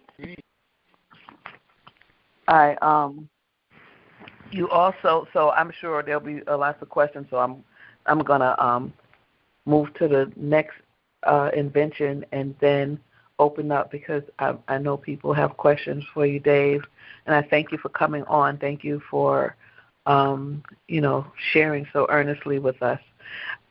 You invented something else for electricity, and actually, it's for me, that's a big thing. They are obsessed with that. In my case, I think I do a lot of shielding. I do a lot of things to block them, and so they get really desperate. And I even got an analog meter, and at one point I came back. I fought with the company to put it on, and they did put it on, and oh my God, it was great. And then all of a sudden, someone mentioned, oh, their house has this and that, and I came home one day and it was thrown on the floor, and they had put the disgusting smart meter back up, and then aggressively they just went after us aggressively, and so I heard shortly after that, and I believe it was God, I heard about your smart filter. So, and that, and then I started a war with that as well. So it's been like a real electrical war for me. And but your devices are very, very helpful. So what can you tell a little bit about the smart filter? Gee whiz. Yes. The smart filter, we take apart power strips and install special filter capacitors that remove high frequencies from your power lines. And we have those on the website, and the CD is available to anybody that needs it on antitinnitusv2k.com. Okay. I'm going to spell that, and then we're going to I'm going to ask Tranquility if you could please put that in the chat as well. I'll spell it, and then I'll let you spell it the first time, Dave. The next time someone asks, I'll spell it, and then and so on, and then we'll put it in the on TI events as well, so that we'll have it there. Okay. So do you want to spell it the first time, or I can spell it? Yeah, I'll let you do it. Okay. Anti-tinnitus V2K.com, correct? Yes. Anti-tinnitus TINNITUS. So that's ANTI anti-TINNITUS tinnitus V2K.com. Yes. All right. Fantastic. So that is the website, and that's where you get the product. So that's where the SD card is, and the CD, and the then it refers you to the CD, of course. Is there any type of CD player that needs to be done, or it could be anything? Any CD player with repeat will work, but I highly recommend a rechargeable one. It'll save you lots of money on batteries. Okay. And then the COS Pro, I don't know those numbers. What is that? Yeah, COS headphones. The model number is KTX-Pro1. Okay. All right. Okay, guys. So now, anything else you would like to say? About the smart filter, one of the reasons I built those and make them available is because the College of the Army says that psychotronics can be delivered to any household using existing wiring. So, this filter will stop any high frequencies coming in your house from the power pole. And also the smart meters you were talking about also can send frequencies into your house, and the smart filter will stop that. Yep. Okay. You say psychotronic. They can send any psychotronic into your house. What does that do? Psychotronics affect your emotions. Interesting. So it can have people angry, depressed, and so forth. And, we just read the Constitution about, we have a right to be free they don't have a right to do this. It's just awful, Yeah. And, it's really awful. It's sinful. It's just awful.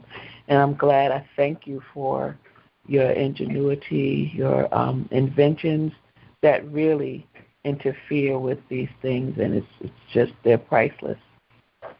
So we're going to open up and find out who's in line, and we're going to have everybody ask questions. I thank you for coming tonight. Thank you for sharing and being a part of the community, being well entrenched here. Now for you, Dave, has your targeting changed since you invented these things? Oh, yes, I'm totally free. I have no problems whatsoever. That is just absolutely beautiful. I want to be like you when I grow up. and I'm praying the same for the whole community. We're looking forward to good things happening in 2025.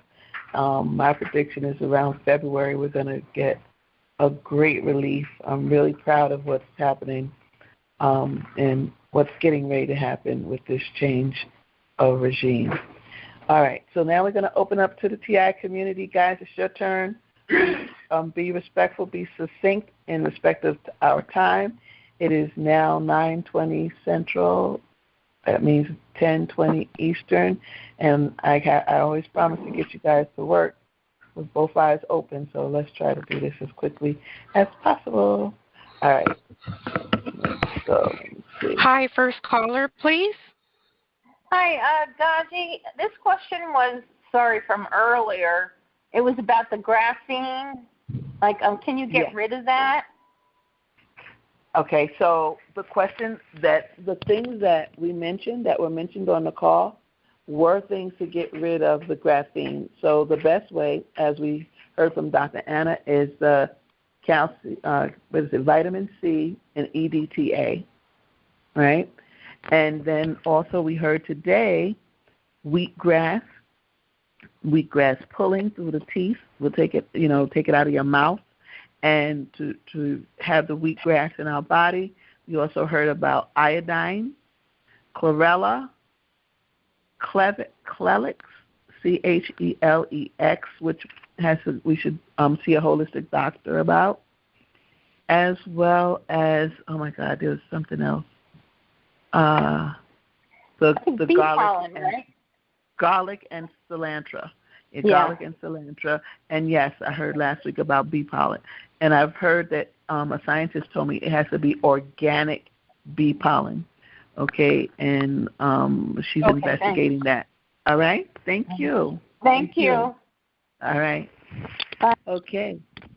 Yeah, garlic removes heavy metals from the brain, and cilantro removes mercury from your body. Wow, no wonder those two together. Okay, love it, love it, love it. All right. Next caller, please. That garlic and cilantro, huh? All right. Next caller, please. Your question. Welcome to the J.A.M. Diane, you're up next.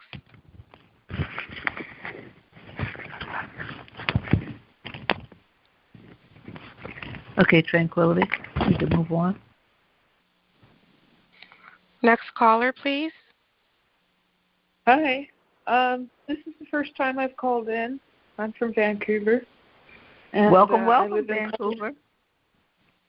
Thank you. I live in public housing, and I can't afford to move, so I'm a sitting duck. And my son, I guess he was in special needs, and they kept making me put him into special education, and they were pushing this transgender thing, and I didn't agree with it. And I think that I got targeted because of that. And so, I have a neighbor that lives downstairs, and I think my housing authority got him in, facilitated that. And it's been 8 years of, everything that you've described, high frequencies, getting zapped, and sometimes, I've had microwaves before, and the people that are doing it to me are like crackheads and pedophiles. And I can't, I've gone to the police. They send me the mental health. Mental health certifies me, and then I dispute it, and then they decertify me and send me home, and it's just the same old thing, right? Mm-hmm. And so, what's your name, ma'am? Andrea. Okay, it seems what might really help is, if you're saying that frequencies are coming into your home and so forth, is the smart filters. Except that I live in an apartment building, and all the smart meters are where I can't. They're not accessible. Right. So I don't know how that's gonna. Well, and plus they're using stuff that's zapping me, and I don't know how they're doing that, but it seems like they do that through the wires? Well, I don't always try to figure out what they're doing, because evil is so evil. Sometimes we can't think like them. But Dave, do you think the smart filters may help in Andrea's case? It's very possible. They just plug in your wall. You don't have to access the smart filter, smart meters. They just plug in your outlet. I've got one of those, and it's supposed to sort of regulate the frequencies in my apartment, but it's useless. Well, no, this is different. I make these myself. This is not something that's on the market. But I would recommend first getting my free CD, which interferes with that technology. How does the CD know what frequency is to? It interferes I'm with sure them. They use different. Yeah. It interferes. So Andrea, hold your question for 1 second. Okay, go ahead, Dave. It is like a firewall for your brain. It interferes with their reading of your biosignature. If they can't read your biosignature, they can't see exactly where you're at, so they can't send the directed energy exactly where you're at. This is very, very precise technology they're using.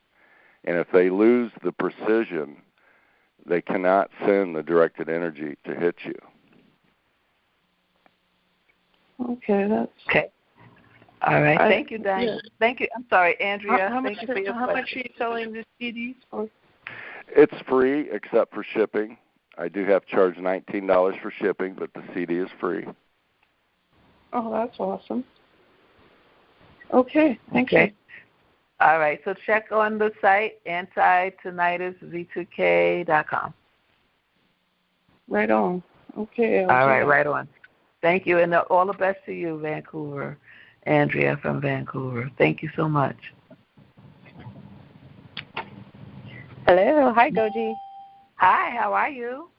Hi, I'm great. Hi. This is Onenye from Houston. Hi, Dave. Hi, Onenye. Hi, GoGi. So I have a quick question for each of you. GoGi, do you mind reiterating the name of that tape that you said, I think BB mentioned about putting it on your door? I think you can get it from Amazon, the brand and the name. Yes. You can get it from Amazon or Uline. Okay. And it's a security tape. So you tape it on, and you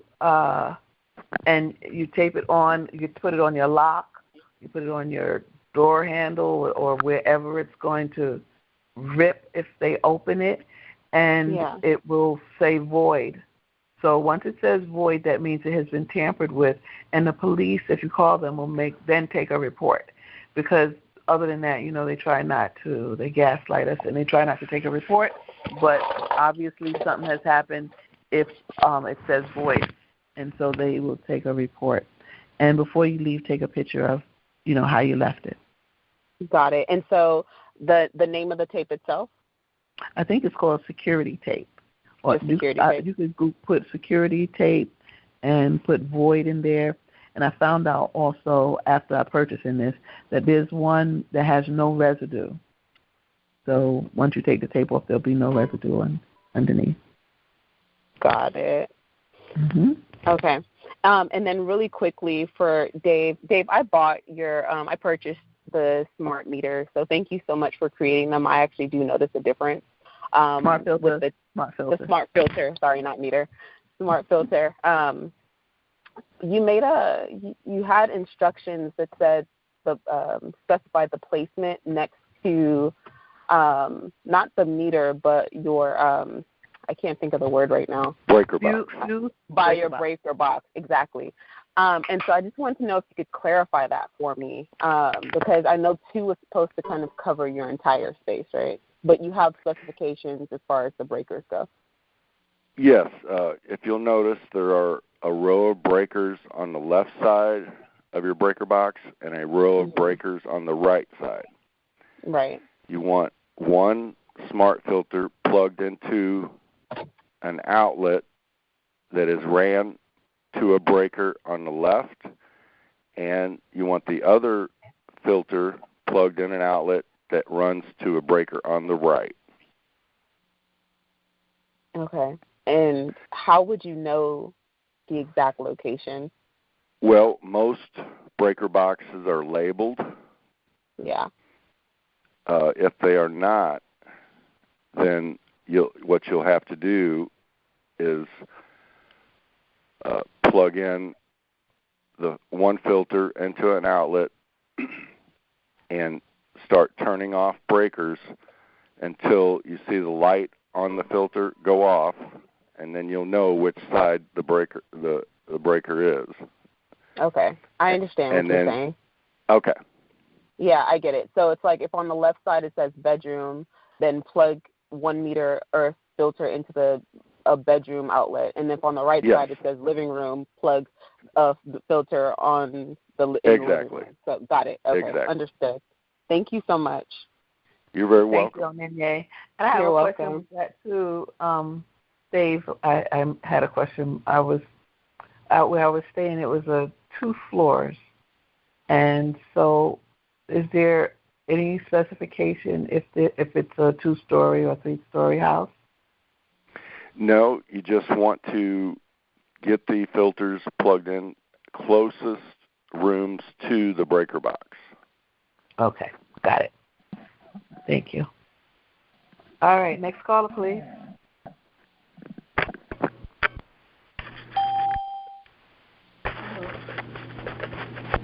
Hello? Hi. Hi, Dave. Hi, Gaji. Hi, Constance. Hi. Dave, you had said something that drew my attention. You said there's tinnitus and there's visual tinnitus? Or did I misunderstand that? No, I said there's natural tinnitus and artificial tinnitus. Oh, okay. Because, the weaponized tinnitus is artificial. Okay. Yes. I can give you a little bit of information on how to help your eyes. I'm totally blind. Oh, okay. I shouldn't be seeing anything. Disco light. I just wanted to interject that I think it was Ann who's also blind. I think she sees hologram. Friends. Okay, she sees hologram, so you're aware. She sees hologram? Right, okay. So, and Dave, so Constance is saying that she sees disco lights. Go ahead. Mm-hmm. Wait. Anything that you can say, Dave? Well, I don't know if it would help her condition, but purple cabbage will reverse the damage from these blue lights that you were talking about earlier on the program. I love LED purple cabbage. Purple cabbage. Yeah. Yeah, you have to eat it raw. Yes. I like it raw. But these LED lights are causing macular degeneration. Oh my God! Thank you so much. You're welcome. I'm gonna go. Thank you. Mm-hmm. Thank you for that. Thank you, Constance. And thank you for last week. She sang an anthem for us. Beautiful. All right. Okay. Next caller, please. I have a couple of meters, right? And they read in milliwatts per square meter. There are times when I'm hit and you feel all those sickening symptoms, but they're relatively low numbers. And then there are times when I'm hit and I can feel it, but the numbers are higher. And I mean, it does affect me, but there are times when the high numbers don't affect me more severely. Sometimes the low numbers are just as detrimental. And I'm wondering what the explanation for that is. Well, a meter does not differentiate what the source is. In other words, I believe that they're using a classified modulation technique that meters do not pick up. In other words, if you've got cell towers all around you, Wi-Fi, your meter is going to be off the board. You're going to have high readings, etc. But the directed energies that they're using are pulsed, and some refer to them as scalar waves, but there's no meter that will pick them up, and that's one of the biggest problems, and that's why they designed them that way. there's no way to detect them with normal meters. And I have another question for you, and I don't know, you did mention something about the TV. They're watching us through the TVs, aren't they? Oh, absolutely. They caught Vizio recording people. Yeah. And selling the information. Yeah. And I noticed that the perps, the InfoGuard, Citizen Corps, et cetera, they will follow you around and imitate you and your behaviors in your home. Yeah, there's all kinds of effects they can do with the television. And, intimidation methods, intimidation techniques. Well, they call it psyops. That's the psyops, Tim. They have a whole psychological component to this evil program, dealing with neurolinguists. They'll say certain things to, use our language things to try to make us feel a certain way, to play with our emotions. They also flash colors. You'll see the same colors all the time, like mine are orange and green, lime and orange. And then, they do, like you're saying, if they see you in your home doing something, then yes, they will imitate you.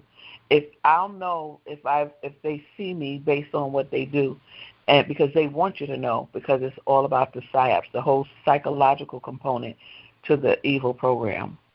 So, and even more dangerous. I was watching the news in 1995, and they showed in Europe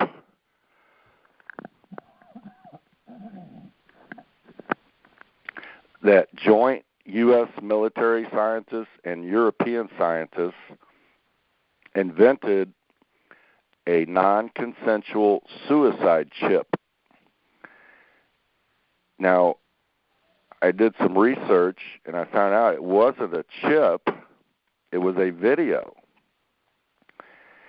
But the news program went on to get more information. They said all the scientists went home and committed suicide. Now, what they did,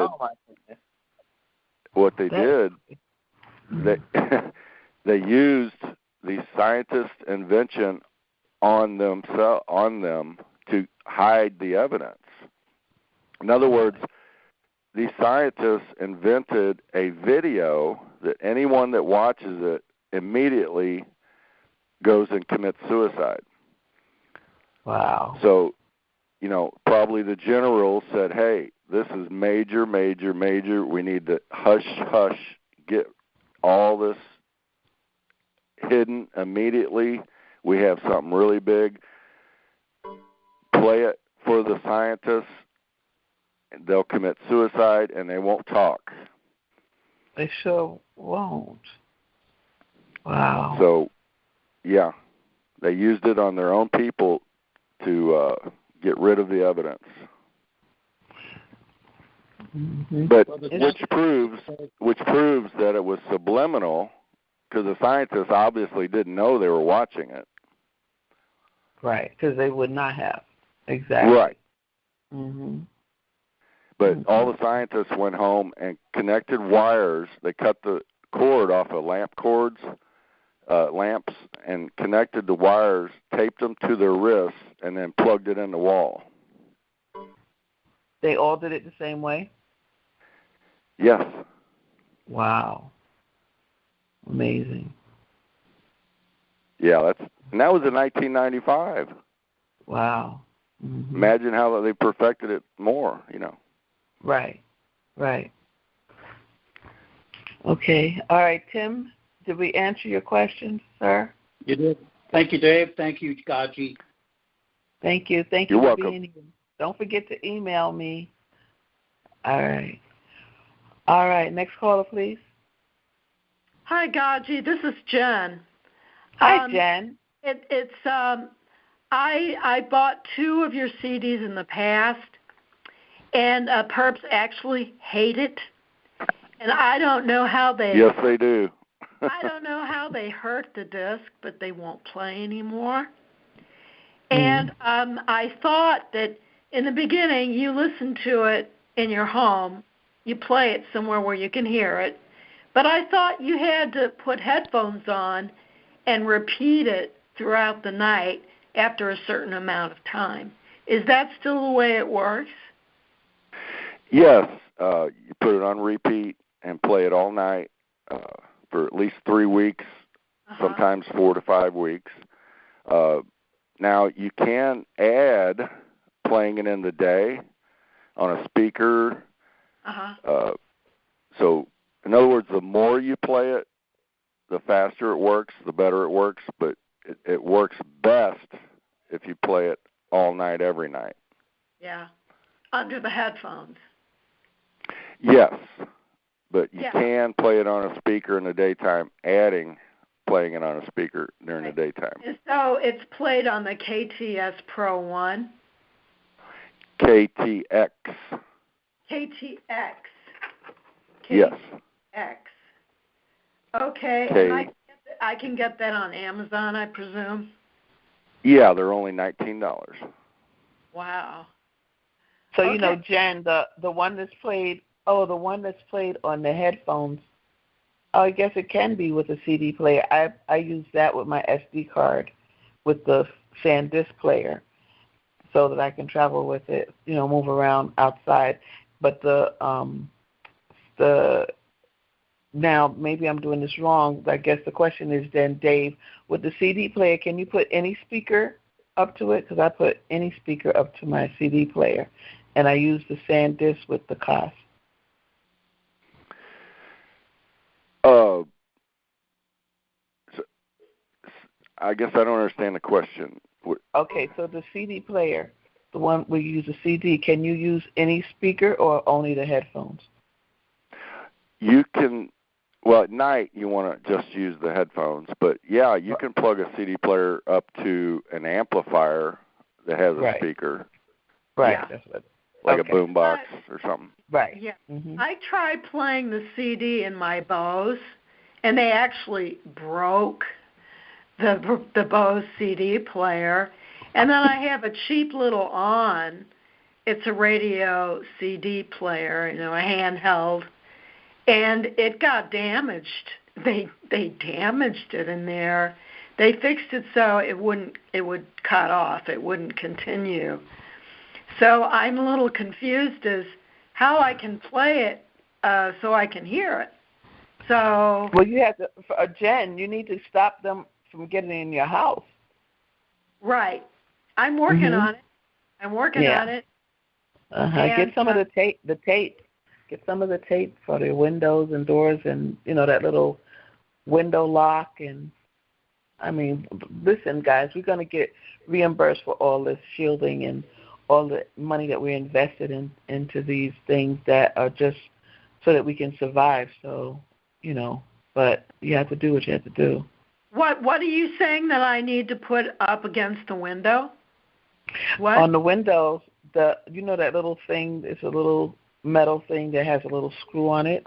I have them on my windows at home. You can just put it in the groove and tighten it. Well, my windows are all covered up, all of them, with 5 sheets of Mylar. It's not 100% effective, but it cuts it down a little bit. So they're not coming in through your windows? When I open the doors, they come through the open doors. So you leave your door open sometimes.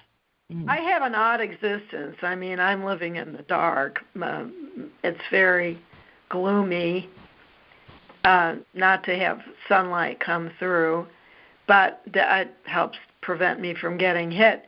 But, you know, GoGi, I get hit so badly all the time. I got a scan, and I got a cyber shield, and I'm learning how to use it, and I'm hoping that it helps. helps me. But I remember Dave's CD, and I remember it was just like lightning. So I'm definitely going to get another one and a player. So you might try. Hey, I also send out SD cards and and we have a real good player. If you email me, there's a contact email address on the website, and I can give you a link to the player.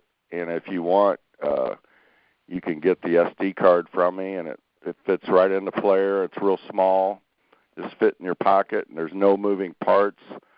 And there's been no reports of them being able to disable the players. Except at the airport, Dave. I don't know how they do it, but first of all, they detain me. They always screen me and hold me up at the airport. They got to go through all my stuff, touch my stuff, test my powders and all this kind of nonsense. But they always send that SD card, this player back. And usually when I get to where I'm going or get back home, it's defected. If they do something to it, I don't know how they do it at the airport. They probably X-ray it. Oh yeah. Okay. Yeah. That would destroy the SD card. But I'm saying in the home, right. Really, I haven't heard of any reports of them knocking out the player. Yeah. Me. I haven't had a problem except there. Jen, can you send me an email, Jen? The Justice Action Meeting at proton.me. Sure. Okay. So what do you do with the SD cards?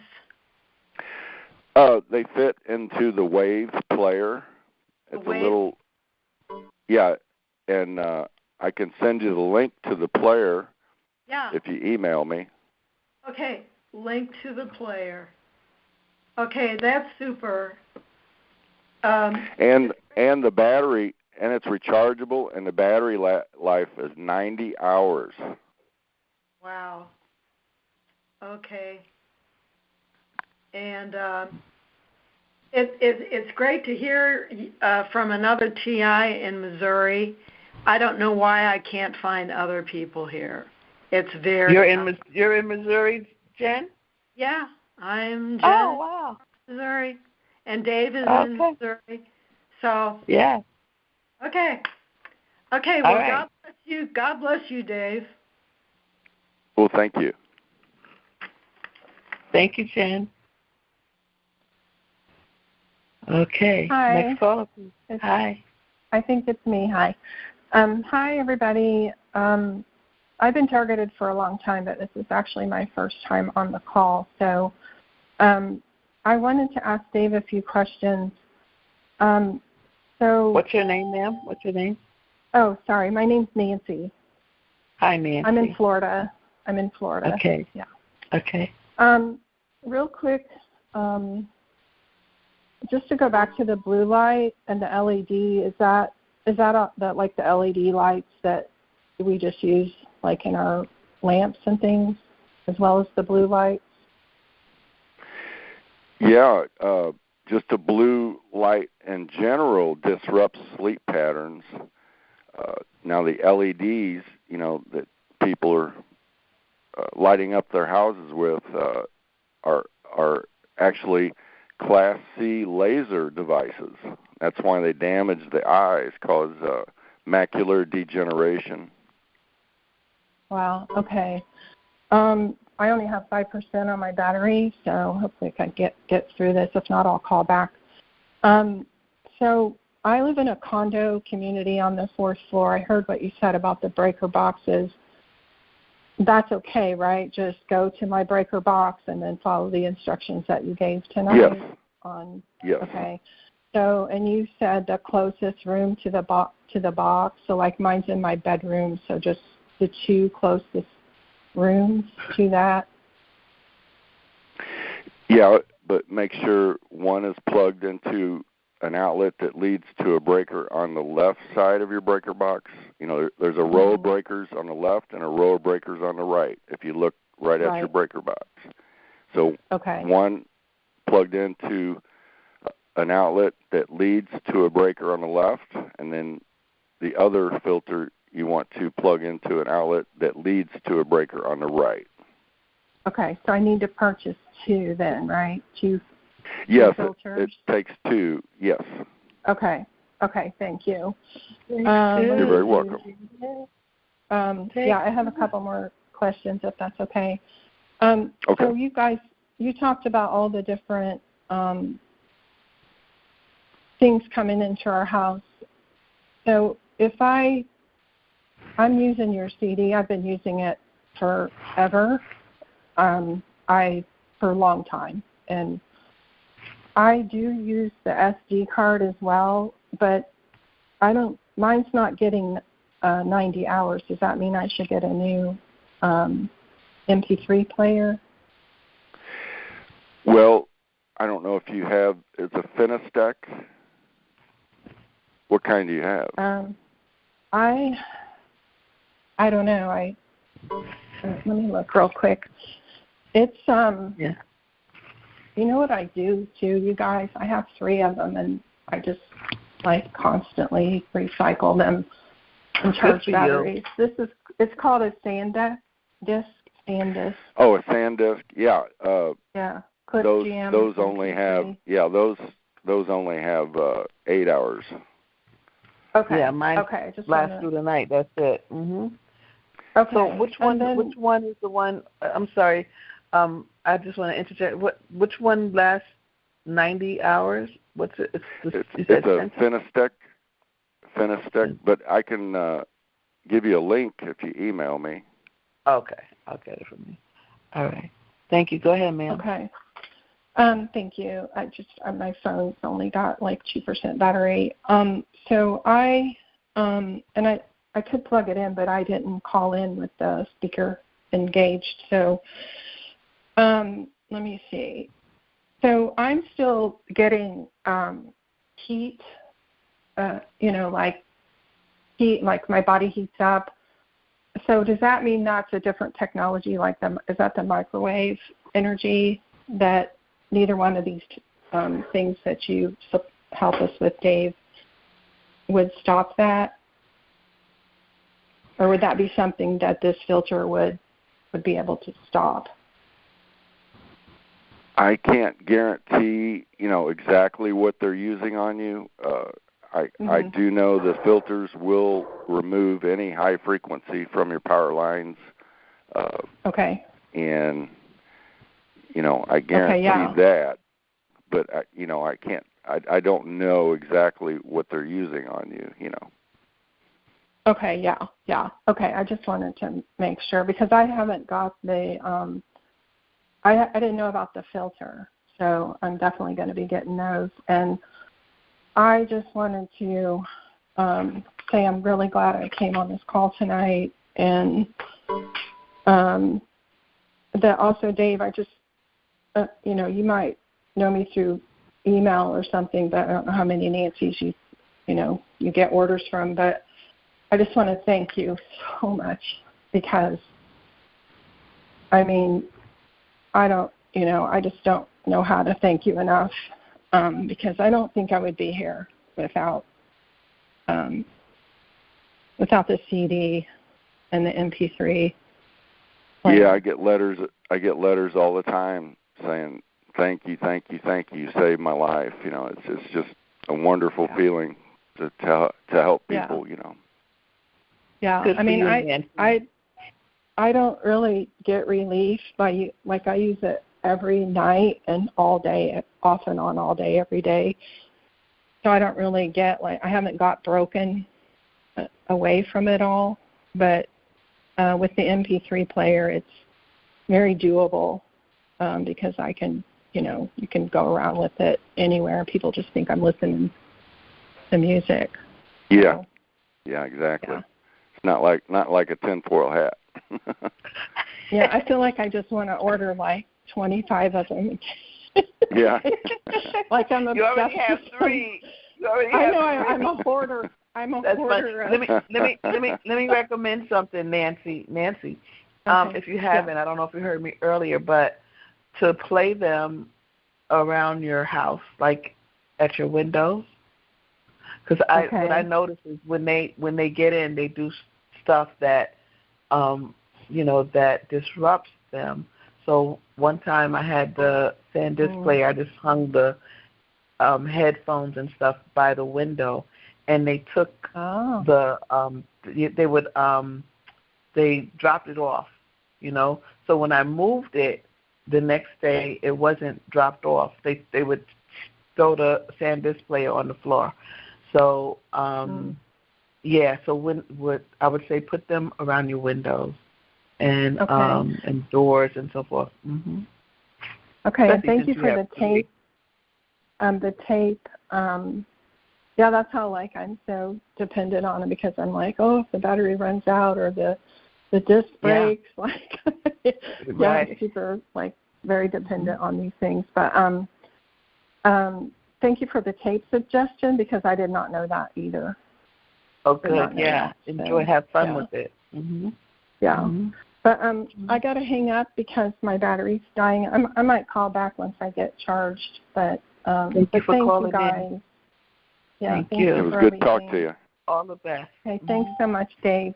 All right. You're welcome. Right, bye, guys. Okay. Bye-bye. Bye. Bye-bye. Let me say, Dave, that somebody had told me, when you listen to it, it's going to sound like I can't take it. It sounds like pots and pans, banging together, clanging, and all this stuff, right? So I didn't know what to expect when I first listened to it. However, I didn't listen with my ears. I just listened with my spirit, and my spirit, all my insides, every part of me just loved it.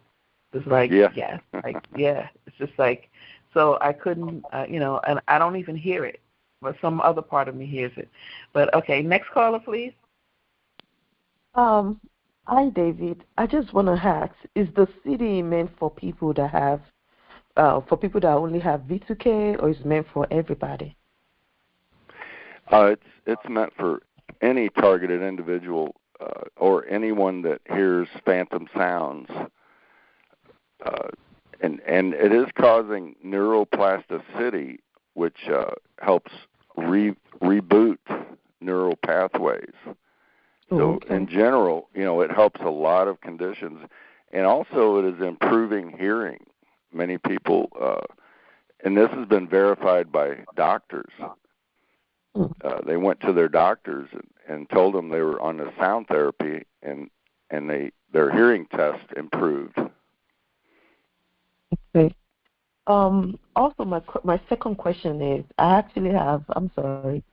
have a question for you too, but I have one for GoGi too. My second question is, you were saying something about the CD players. I know you mentioned the KTX Pro one, but when I check, I'm actually on your site right now. You don't have anything for someone to play the CD. You only have the headphones, right? I just send out the CDs and the SD cards, and we just recommend the headphones. You have to find the headphones on Amazon. Yeah, you get the headphones yourself, and you get the CD player yourself, and then what the CD player, what it attaches to, you get that as well. But he gives you the little SD card or the SD the CD. So that's all on the website. Okay, so how are we supposed to use the SD card? Inside our phones? No, it's a. Go ahead, Dave. Well, some of the older phones do have a slot for the SD card, but most newer phones do not. But what you can get is a Wave player. It's an MP3 player, and then the SD card fits right in the player. Okay. But if you email me, I will send you a link to whatever you need. Okay, what's your email? It's on the website. Oh, okay. Okay, so do you have the website, ma'am? Yes. Here I have I can go ahead and give it to you. It's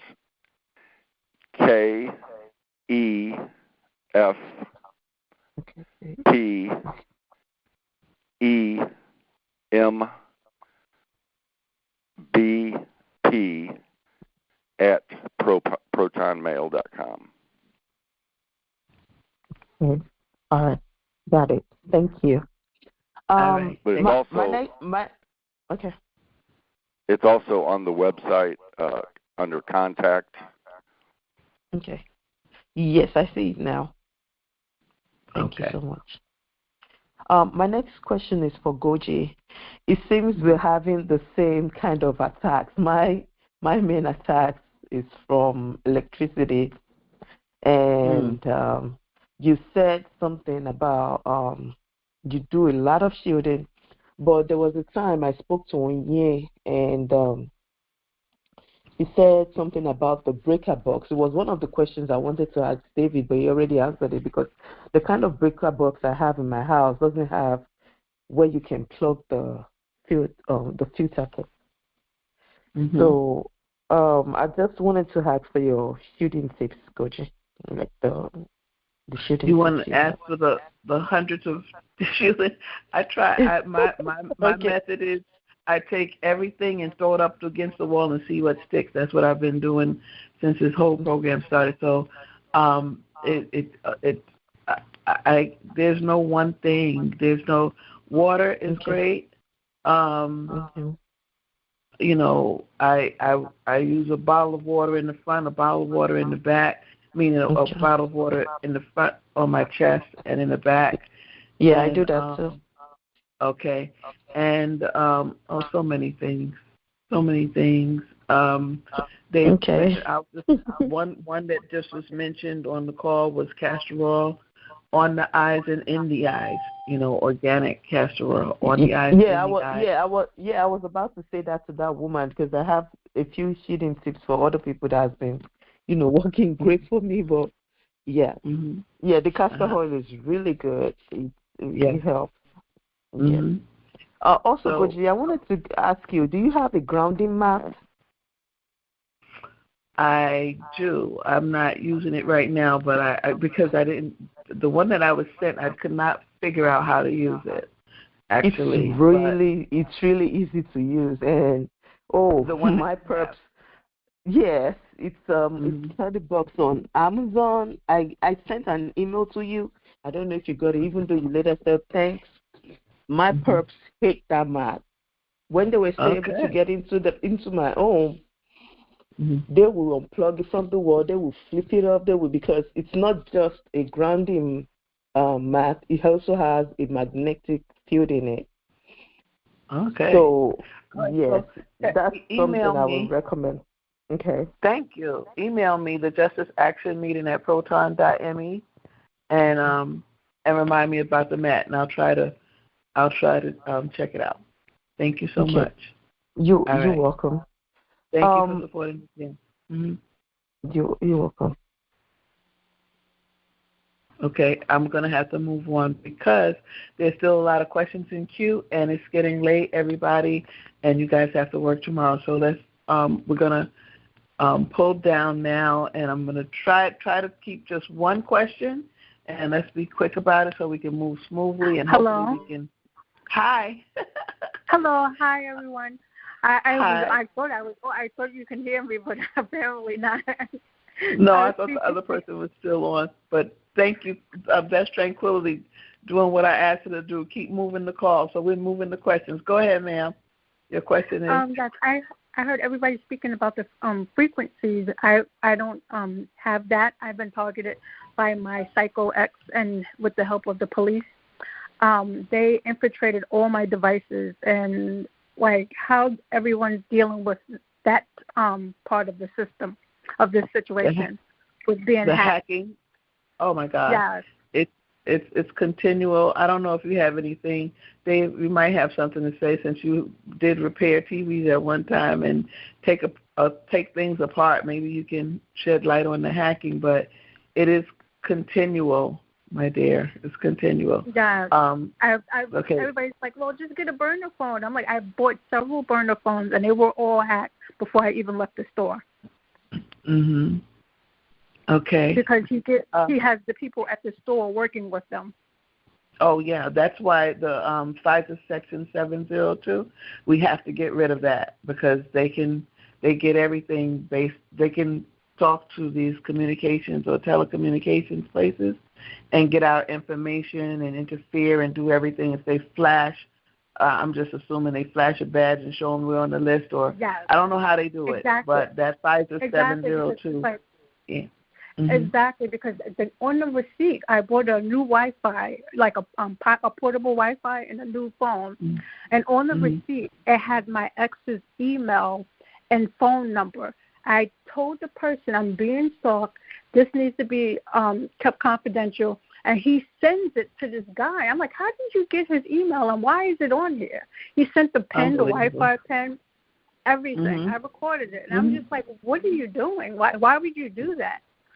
I'm glad you did. I hope and keep the receipt. I got that too. A cable box. Wow. I got a cable box, and at the same time, they said the IP address out loud or something ridiculous like that. First of all, I don't even know why they everybody can see this thing. It should be more private. But I'm sorry, Dave, did you have anything to say about hacked devices, hacked phones? Yeah, I totally avoid that I've never had a smartphone. I only use a flip phone to make calls and texts, and I only use a laptop to get on the internet for about an hour a day, and I've never had any hacking at all. Well, you're lucky because everything I own is hacked. Yeah. Well, the smartphones are simply listening spy devices for the government. I mean, they're hacked immediately by the government. No, but I got several flip phones, and they were all hacked too. I don't know how they're doing it. It's just like. Do you go to the same place to get your phone? No, I went to a thrift shop to get this phone. Wow, amazing. Yes, it was like a phone that hasn't been used since like the 90s, and it was hacked. I'm like, how in the world are they doing this? How? Mm-hmm. But then I realized it was probably something with they like probably could hack the port that I charge my phone up to or something. That's what I was kind of figuring. Well, did you announce where you're going? Did you say, okay, No, I never announced where I'm going. I even left my phones and everything at home. Good for you. Okay. And it was hacked. You're I was like, oh my God. You're on the right track. I don't know what's going on. But exactly. You're on the right track.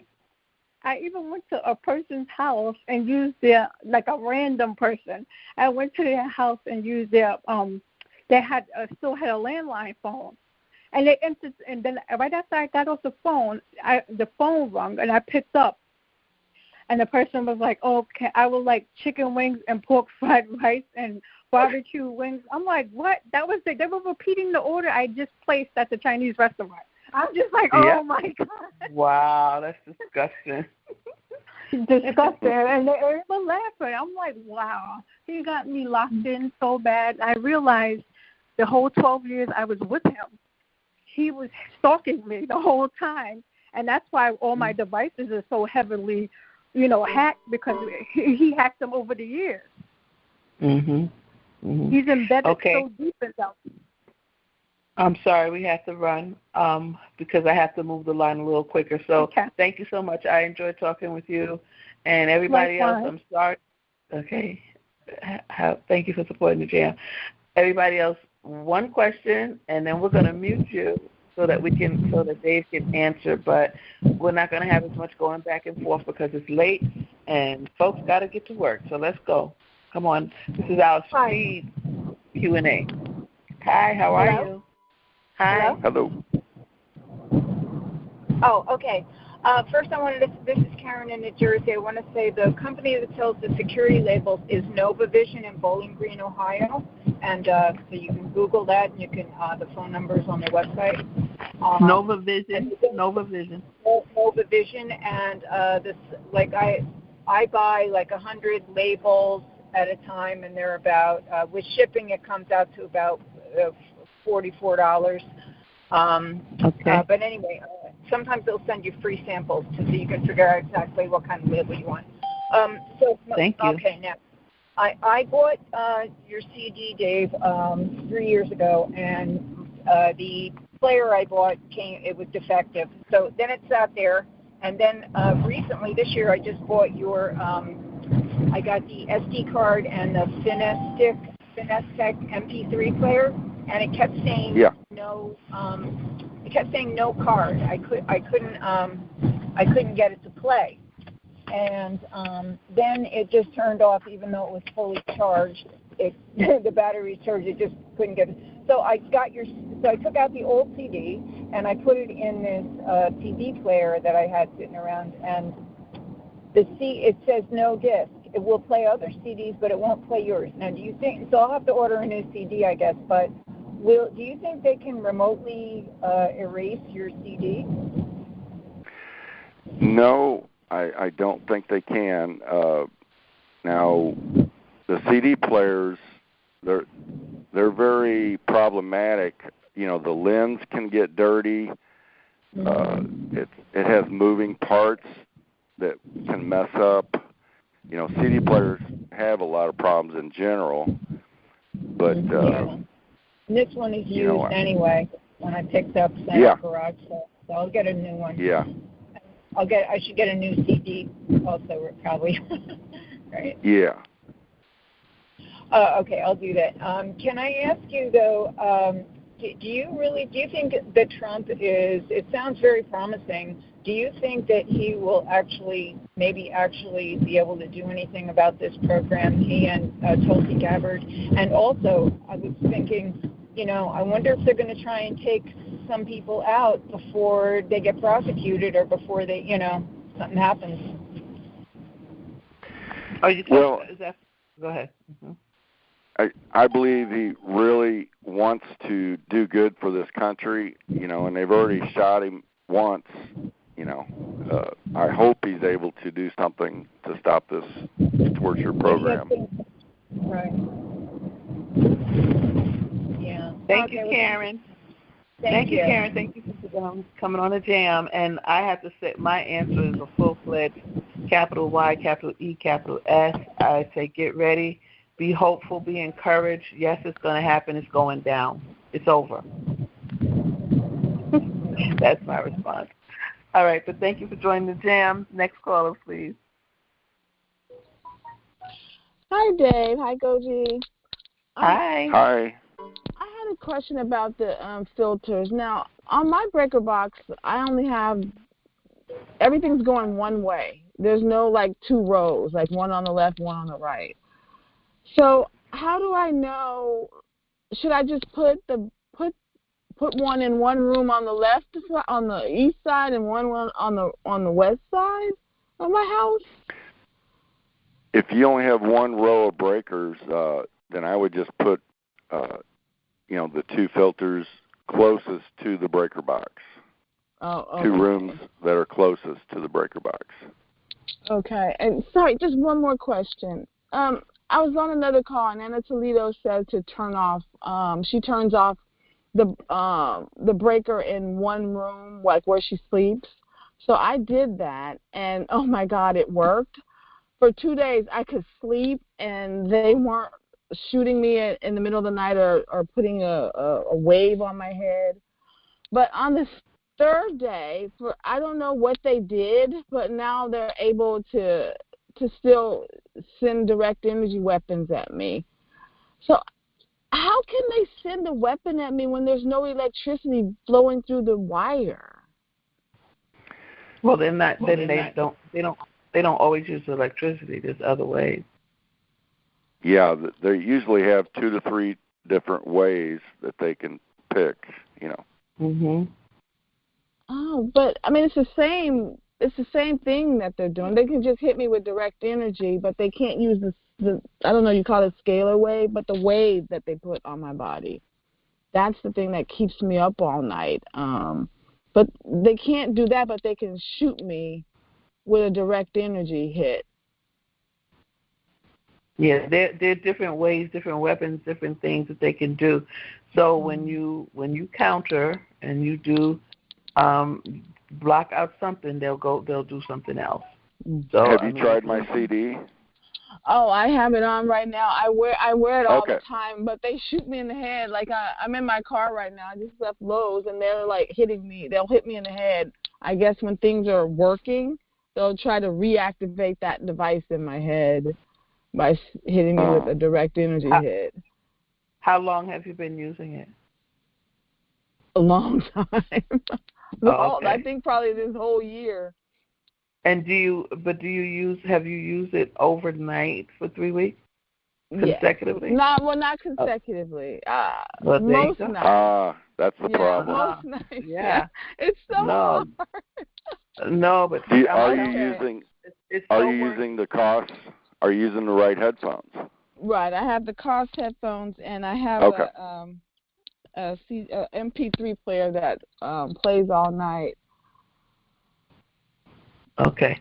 Yeah. If you try it consistently, I mean, just every night, maybe keep it by your bed. If there's something that you do every night before you go to sleep, put it by that and do it every night. And sometimes I can't make it because they'll force me to sleep. I see. I'll be in the kitchen, and then all of a sudden I'll be so sleepy, and I got to go lie down. So that's another thing they do to me. Right. But, okay, I'm going to try my best to do it straight for 3 weeks. Yes. I'll report back. Thank you guys so much. Thank you. What's your name? Lisa from Los Angeles. Lisa. I look forward to your report, Lisa. Thank you. Okay. Next caller, please. Hi, I'm B. I live in Florida. Hi, B. Hi. And I just I came on late. I apologize at 10:30, so I missed important stuff, and I don't know much about the CD or anything. I'd like to get some information of how to get that from Dave.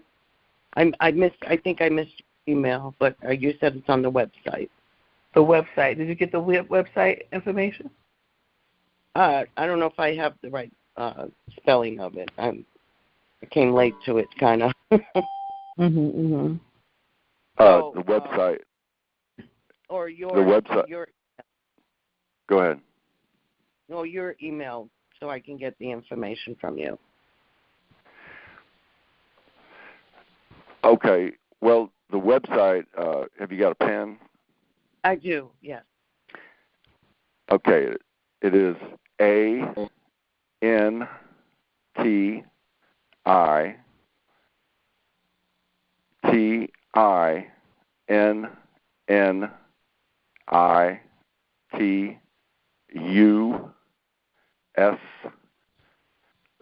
as in Victor, the number 2, K as in kite.com.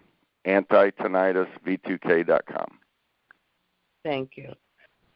Okay, so and also, would I be able to get the filters through there as well? Yes, at the top. The top of the page, it'll say smart filters, headphones, all kinds of information. All right, great. And let me ask you, if you think you have there's cameras in your house, can they use those spy cameras, and can they hit you through a camera? It's possible. Any electrical device, smartphones, TVs, cameras, can be multiple. Yeah. Okay. I've always thought that because when I'm at work, anywhere I work, there's always a camera, and it's always over my head, and it's just horrific what they do.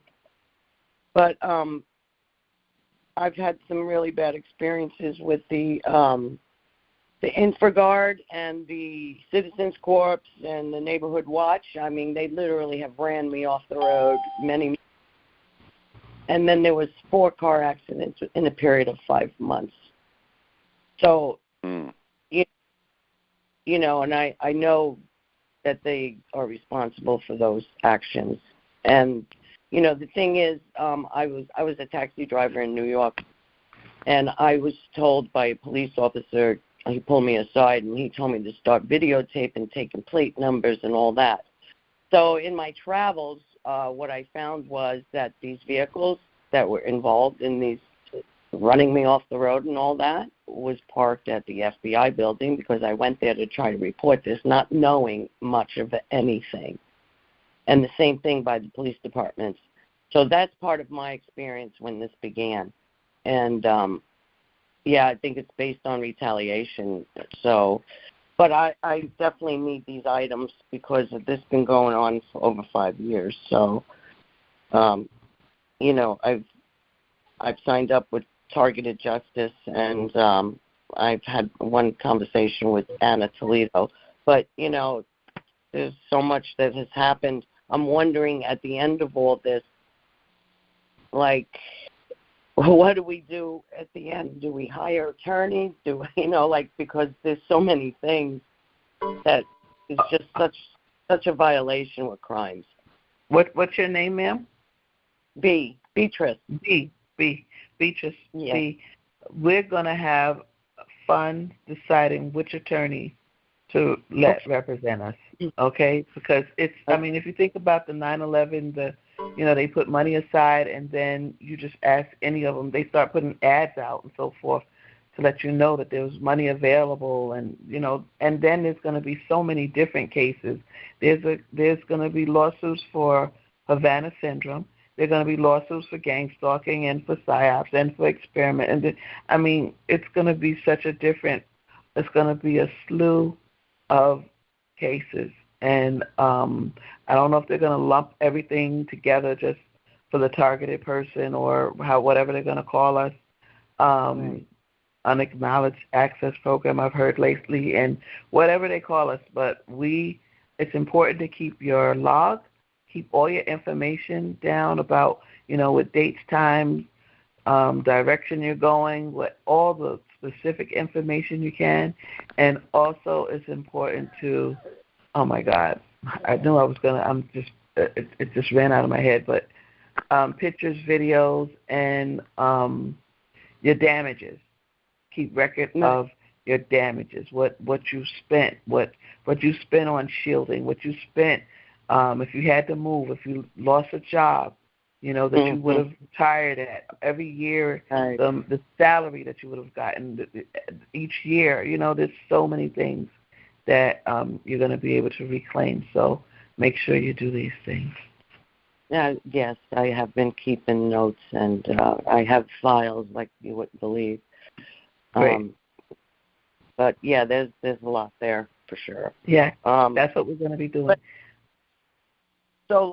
Okay, I know there's only one question. I'll keep it short, but I definitely need to come back here on Tuesdays. Thank you. And if this girl Nancy from Florida, I don't have any connections here either, so I don't know if she wants to exchange numbers or whatever. Okay, thank you, guys. Okay, so B, email me the Justice Action Meeting at proton.me, and I'll if Nancy emails me and lets me know that she's interested, I'll hook you guys up like I did with the other two that I did the other week. Okay? Okay. That will real fast. Justice website, go there. I'm sorry. Email you. The email is the Justice Action Meeting. The Justice Action Meeting at proton.me. That's my email. Okay, thank you so much. Thank you. All right, next caller, please. Hi, Dave. Hi, GoGi. This is Amy from Oregon. Hi, Amy from Oregon. Hi, Dave. I love to hear you speak. I'm an oldie, and I've been using your SD card for a long time, and prior to that, the CD, not as long, because the portable CD players would break on me all the time. Whether anyone did it physically or whether it was done remotely, it got broken. Same with the clip J.A.Ms. The clip J.A.Ms, I don't think anyone ever touched my clip J.A.Ms where they got broken remotely. They got broken. I have 8 of them I'm looking at right now. They got broken. They don't work. And also the ones that are working right now, they get shut off sometimes. The only thing that does not get shut off is the Finistec. And I trust the Finistec so much. I love it. I sleep with it at night. That's the one that I sleep with at night. It just doesn't turn off. When I used to use the clip J.A.M, the SanDisk, I used to have to get up every few hours to turn it back on because I have a symbiotic relationship with your jammer. And so when that went off, I got up. Yeah. That's how intimate of a relationship I have with the sound jammer. I mean, I do not know where I would be without it. It's helped with other things too. I think it's helped with other frequencies over the years too to block those out. And I'm sane. I feel sane. I really do. If this crap would turn off right now, it would be like I'd forget about this so fast. I really would, because I always say it has no effect on me. I said it's useless on me. It's futile, and that's my attitude about it. Mm-hmm. Really, because that's how I combat it too. That's one of my coping skills that I use against it. That it's attacking me. I have nothing to do with it. I never signed up for it or consented to. Not the informed consent anyway. And so, Dave, I want to thank you with all my heart for your invention. Really, and I have your filters, and I don't know. I can't say what kind of results I've been getting from it. I don't know. I have a little RV I live in, so I put each one. Well, you told me where to put them. I put them on either side of the box. And so I live in one room. It's really small. So I really don't know. I still get hit in the head sometimes, jabbed in the head, probably to hook back up to me or something. And I get put to sleep, and I get my foot gets messed with. When I get up in the morning, it feels like my foot has no circulation in it.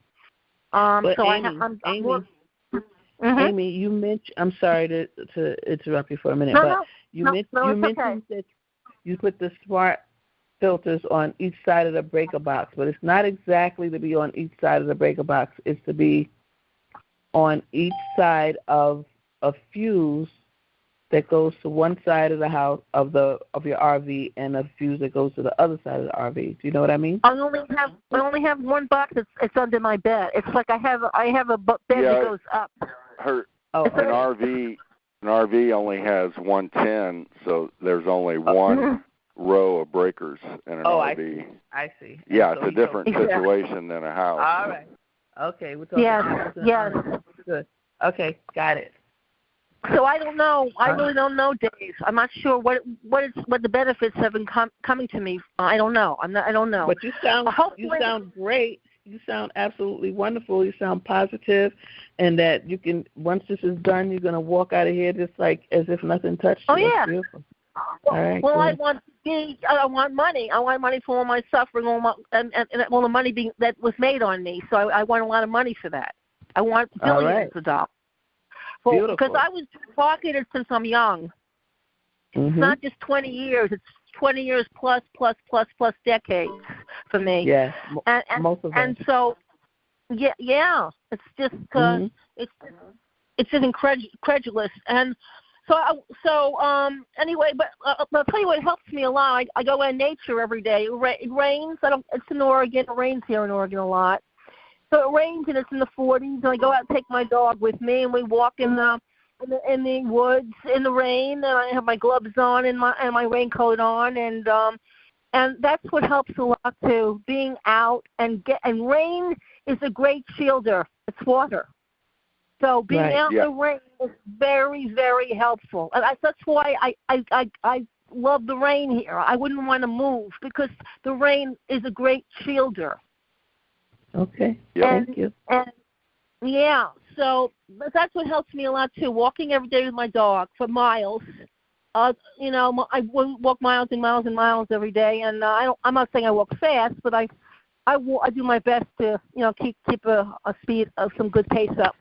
And so I do things with my mind. I do a lot of psychological shielding. And Dave, I listen to your GM all day long. It's on all the time. It's not on right now. I took a little break for a couple hours, but it's on most of the day, literally. In the day, I have the SanDisk on in the day, and I have the Finish Stick on at night when I sleep. Well, I'm so glad it's helping you. It's always helping. Amy, I'm going to have to go to the next person. Thank you very much. Thank you for the show. GoGi's. Have a great night. Thank you. Bye. Thank you for calling in. Glad it's helping. Yes. You. All right. Thank you. All right, next caller, please. We're going to make them. Well, hello there. Hi, how are you? Hi. Ann from St. Louis, Missouri, state representative for the state of Missouri. Hi, Ann from Missouri. We got Missouri's in the house tonight. You, the V2K warrior. Okay, so can I have you weigh in on me? Weigh in on something if you would for me. When I play the first 15 minutes, that really rankles them. It's like tough. So what can we do?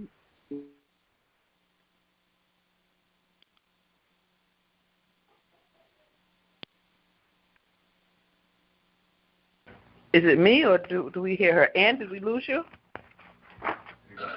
I can't hear her either. Comes to earphones, YouTube. Can you hear me? Yes, now we can. All right. Well, the first 15 minutes I play the YouTube video, the abuse will come on, and it sounds like, I don't know what country he's from because I'm not a dialect expert. He screams in the background, "I cannot stand seeing her being treated like an adult." And then in the next you'll hear an audio soundbite of him punching. I mean, this is just some sick individuals. So that first 15 minutes. And you're saying you have V2K, and this is what the V2K is saying? Yeah, whenever I play that. So how do we stop it from coming through the speakers if we're listening to it on earphones? Dave, I guess that's a question for you. I'm not sure. Yeah. You said it was a YouTube. Well, that's the only way I can get to it right now, is to play it's 1 hour and a quarter. Well, first of all, you need to get my CD or a hard copy. I don't recommend listening to anything that's on the internet. Oh, okay. Yeah, because that can be hacked or modified. Okay. Yeah, I send out physical CDs or SD cards just for that reason. I see. And you definitely want to use the COS KTX Pro 1 headphones also. Okay. Okay. Well, I'll give that a try. Thank you. I look forward to hearing from you again. You're very welcome. To your testimony. Look forward to you reporting back, Ann. All the best. Okay, thank you. All right, next caller, please. Go ahead, Dave. You wanted to make a comment about that? Yeah, she brought up something that everybody needs to know. Many people try to put my CD on YouTube, and YouTube sound quality is not very good, and it does not bring out the ultrasonics that are very, very important on my CD. So, even if they upload my CD onto YouTube, it will not work. Very important. Thank you. Buy the CD straight off of antitinnitusv2k.com. Okay, get it straight there, the SD card or the CD, and then the recommended listening devices. All right, next caller, please. We're going to keep it moving. Will any of the headphones work that you recommended on their website? Hi, sir. How are you? I'm doing pretty good. Okay. Yes, the COS headphones, and then there's earbuds made by One More Corporation, and the model number are triple drivers. And also, I don't recommend these very much because they're so expensive, but the Bose Quiet Comfort will work also. All right. Okay, thank you, sir. Next caller, please. Hi, Dave. This is Lauren. How are you? Great. How are you? They're partly cloudy. Let me ask you. Did I hear you say you used to tear up your toys and make 3 out of 1? I would tear apart 3 toys and make a new one out of those 3. So can you come on over here to North Carolina and tear up my car and make me 3? I want a Rolls Royce, a Bugatti, and a Maybach. Good one, Lauren. Good one. And my house is falling down, so can you build me 3 more? Mm-hmm. Listen, Dave, I wanted to break the ice a little bit. Dave, I have got some scans here, and it says that I have there's precision laser, it's EXCI excimer, ultraviolet, XUV, linear array, laser array, and microwave weaponry, which is being used on me. And I think I may have asked you the question before, but I don't remember. I have got this vibration that's coming up from my floor. And when it does that, that's when I go on. Well, I stay in attack. My body actually vibrates like a vibrator 24/7. But while I'm laying on my bed, I'm feeling this, and I think too it could be coming from some sensors. But I'm feeling this vibration, and this is what's attacking me. What could be in my floor, in my basement, in my foundation, or even in the ground that could be causing this? Is it something that's attached to my breaker? Could it be something attached to my heater, my water heater? Because actually my heater's been off, so it's not working. I haven't turned it on yet. So what could be causing this vibration sensation? And it's real bad. Well, it sounds like it's a deep bass resonance, and they use ultra low frequencies to shake the brain so they can map it, and that's what it sounds like to me. And usually that's from a long distance source, so I really couldn't tell you where it's coming from, but that deep bass resonance is what that's called.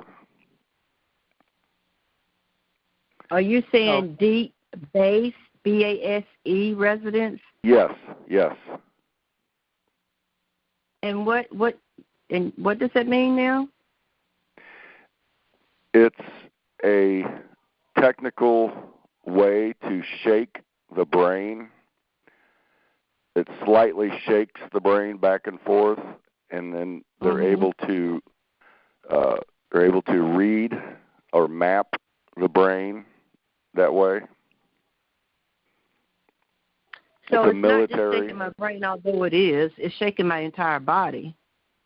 Well, yeah, but they actually want to shake the brain. It just happens to be the body's attached to the brain. Right. Unbelievable. So you don't think it's inside of the house? Is it possible it's in the ground? Most likely it's long distance, I mean, it could be 200 feet away or 2 miles. It's really hard to say. And I was laughing, but it's really not funny. My foundation really is starting to sag. And I notice whenever I go away and stay like maybe 3 or 4 days and come back, my foundation has gone down even more than before I left. So I was thinking with this vibration that's going on with my floor, it is what is perhaps causing my foundation to also shift. I mean, literally, I'm not laughing now about that. Well, now there is something else.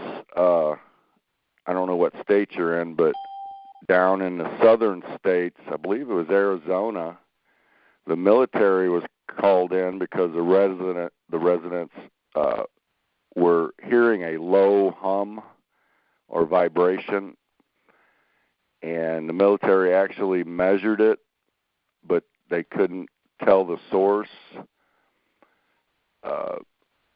Also, they have drilling robots that drill tunnels that can cause stuff like that. So the robots would be in the ground, or would they be in the basement doing this to the foundation? How would that work? Well, they would be, really, really deep in the ground, actually drilling tunnels for, like trains. The government has secret trains underground, many things that we're not to know about. But I'm just giving you all the possibilities. I'm hearing like a generator, and it sounds like a like a bass that comes out of a radio box. Yeah. I start hearing that, and then that's what I hear. It's like a generator that's down, or it's somewhere. Yeah, I can actually hear it inside likely my house as well as outside my house. Yeah. Yeah, that sounds like deep bass resonance.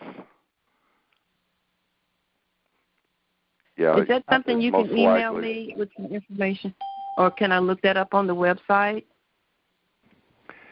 I have had a few people that reported vibrations in their bodies that the CD did help, but I can't guarantee that. I don't know if you tried my CD or not. So with what I just said, what I've been diagnosed with the lasers and the microwaves and all of that, with your strips that you're talking about putting inside the plugs, would that be something that would be beneficial for me or no? I can't say that it would, because it's probably ultra-low frequencies that they're hitting you with, not through your power lines. Wow. Okay, I'm going to have to move on. Sorry, Lauren. Thank you, Dave, for answering. We're going to move on. We have a few more questions, and we're going to call it a night. It is one of our latest calls, so please. I'm going to move to the next caller. Next caller, please. Thank you, Lauren. Hi. This Hi. is Nancy from Florida again. Is it okay if I come back on? Not really. I'm so sorry. I can't. That's I okay. can't. I can't take any duplicates. I'm sorry. I wish I had announced it. But thank you for your support. That's Thank you for understanding. I understand. Thank you. All right. Next caller, please.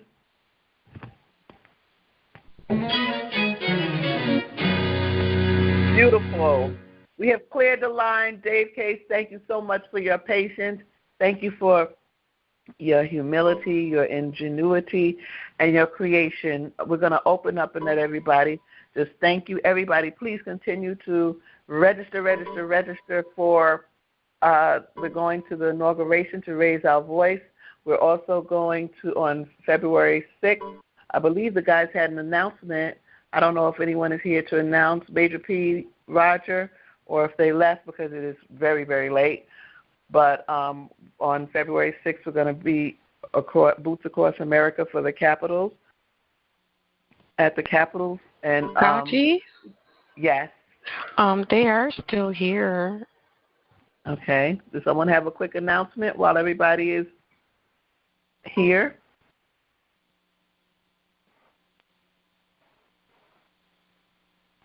Nope. Okay. So we're going to open up to say goodnight.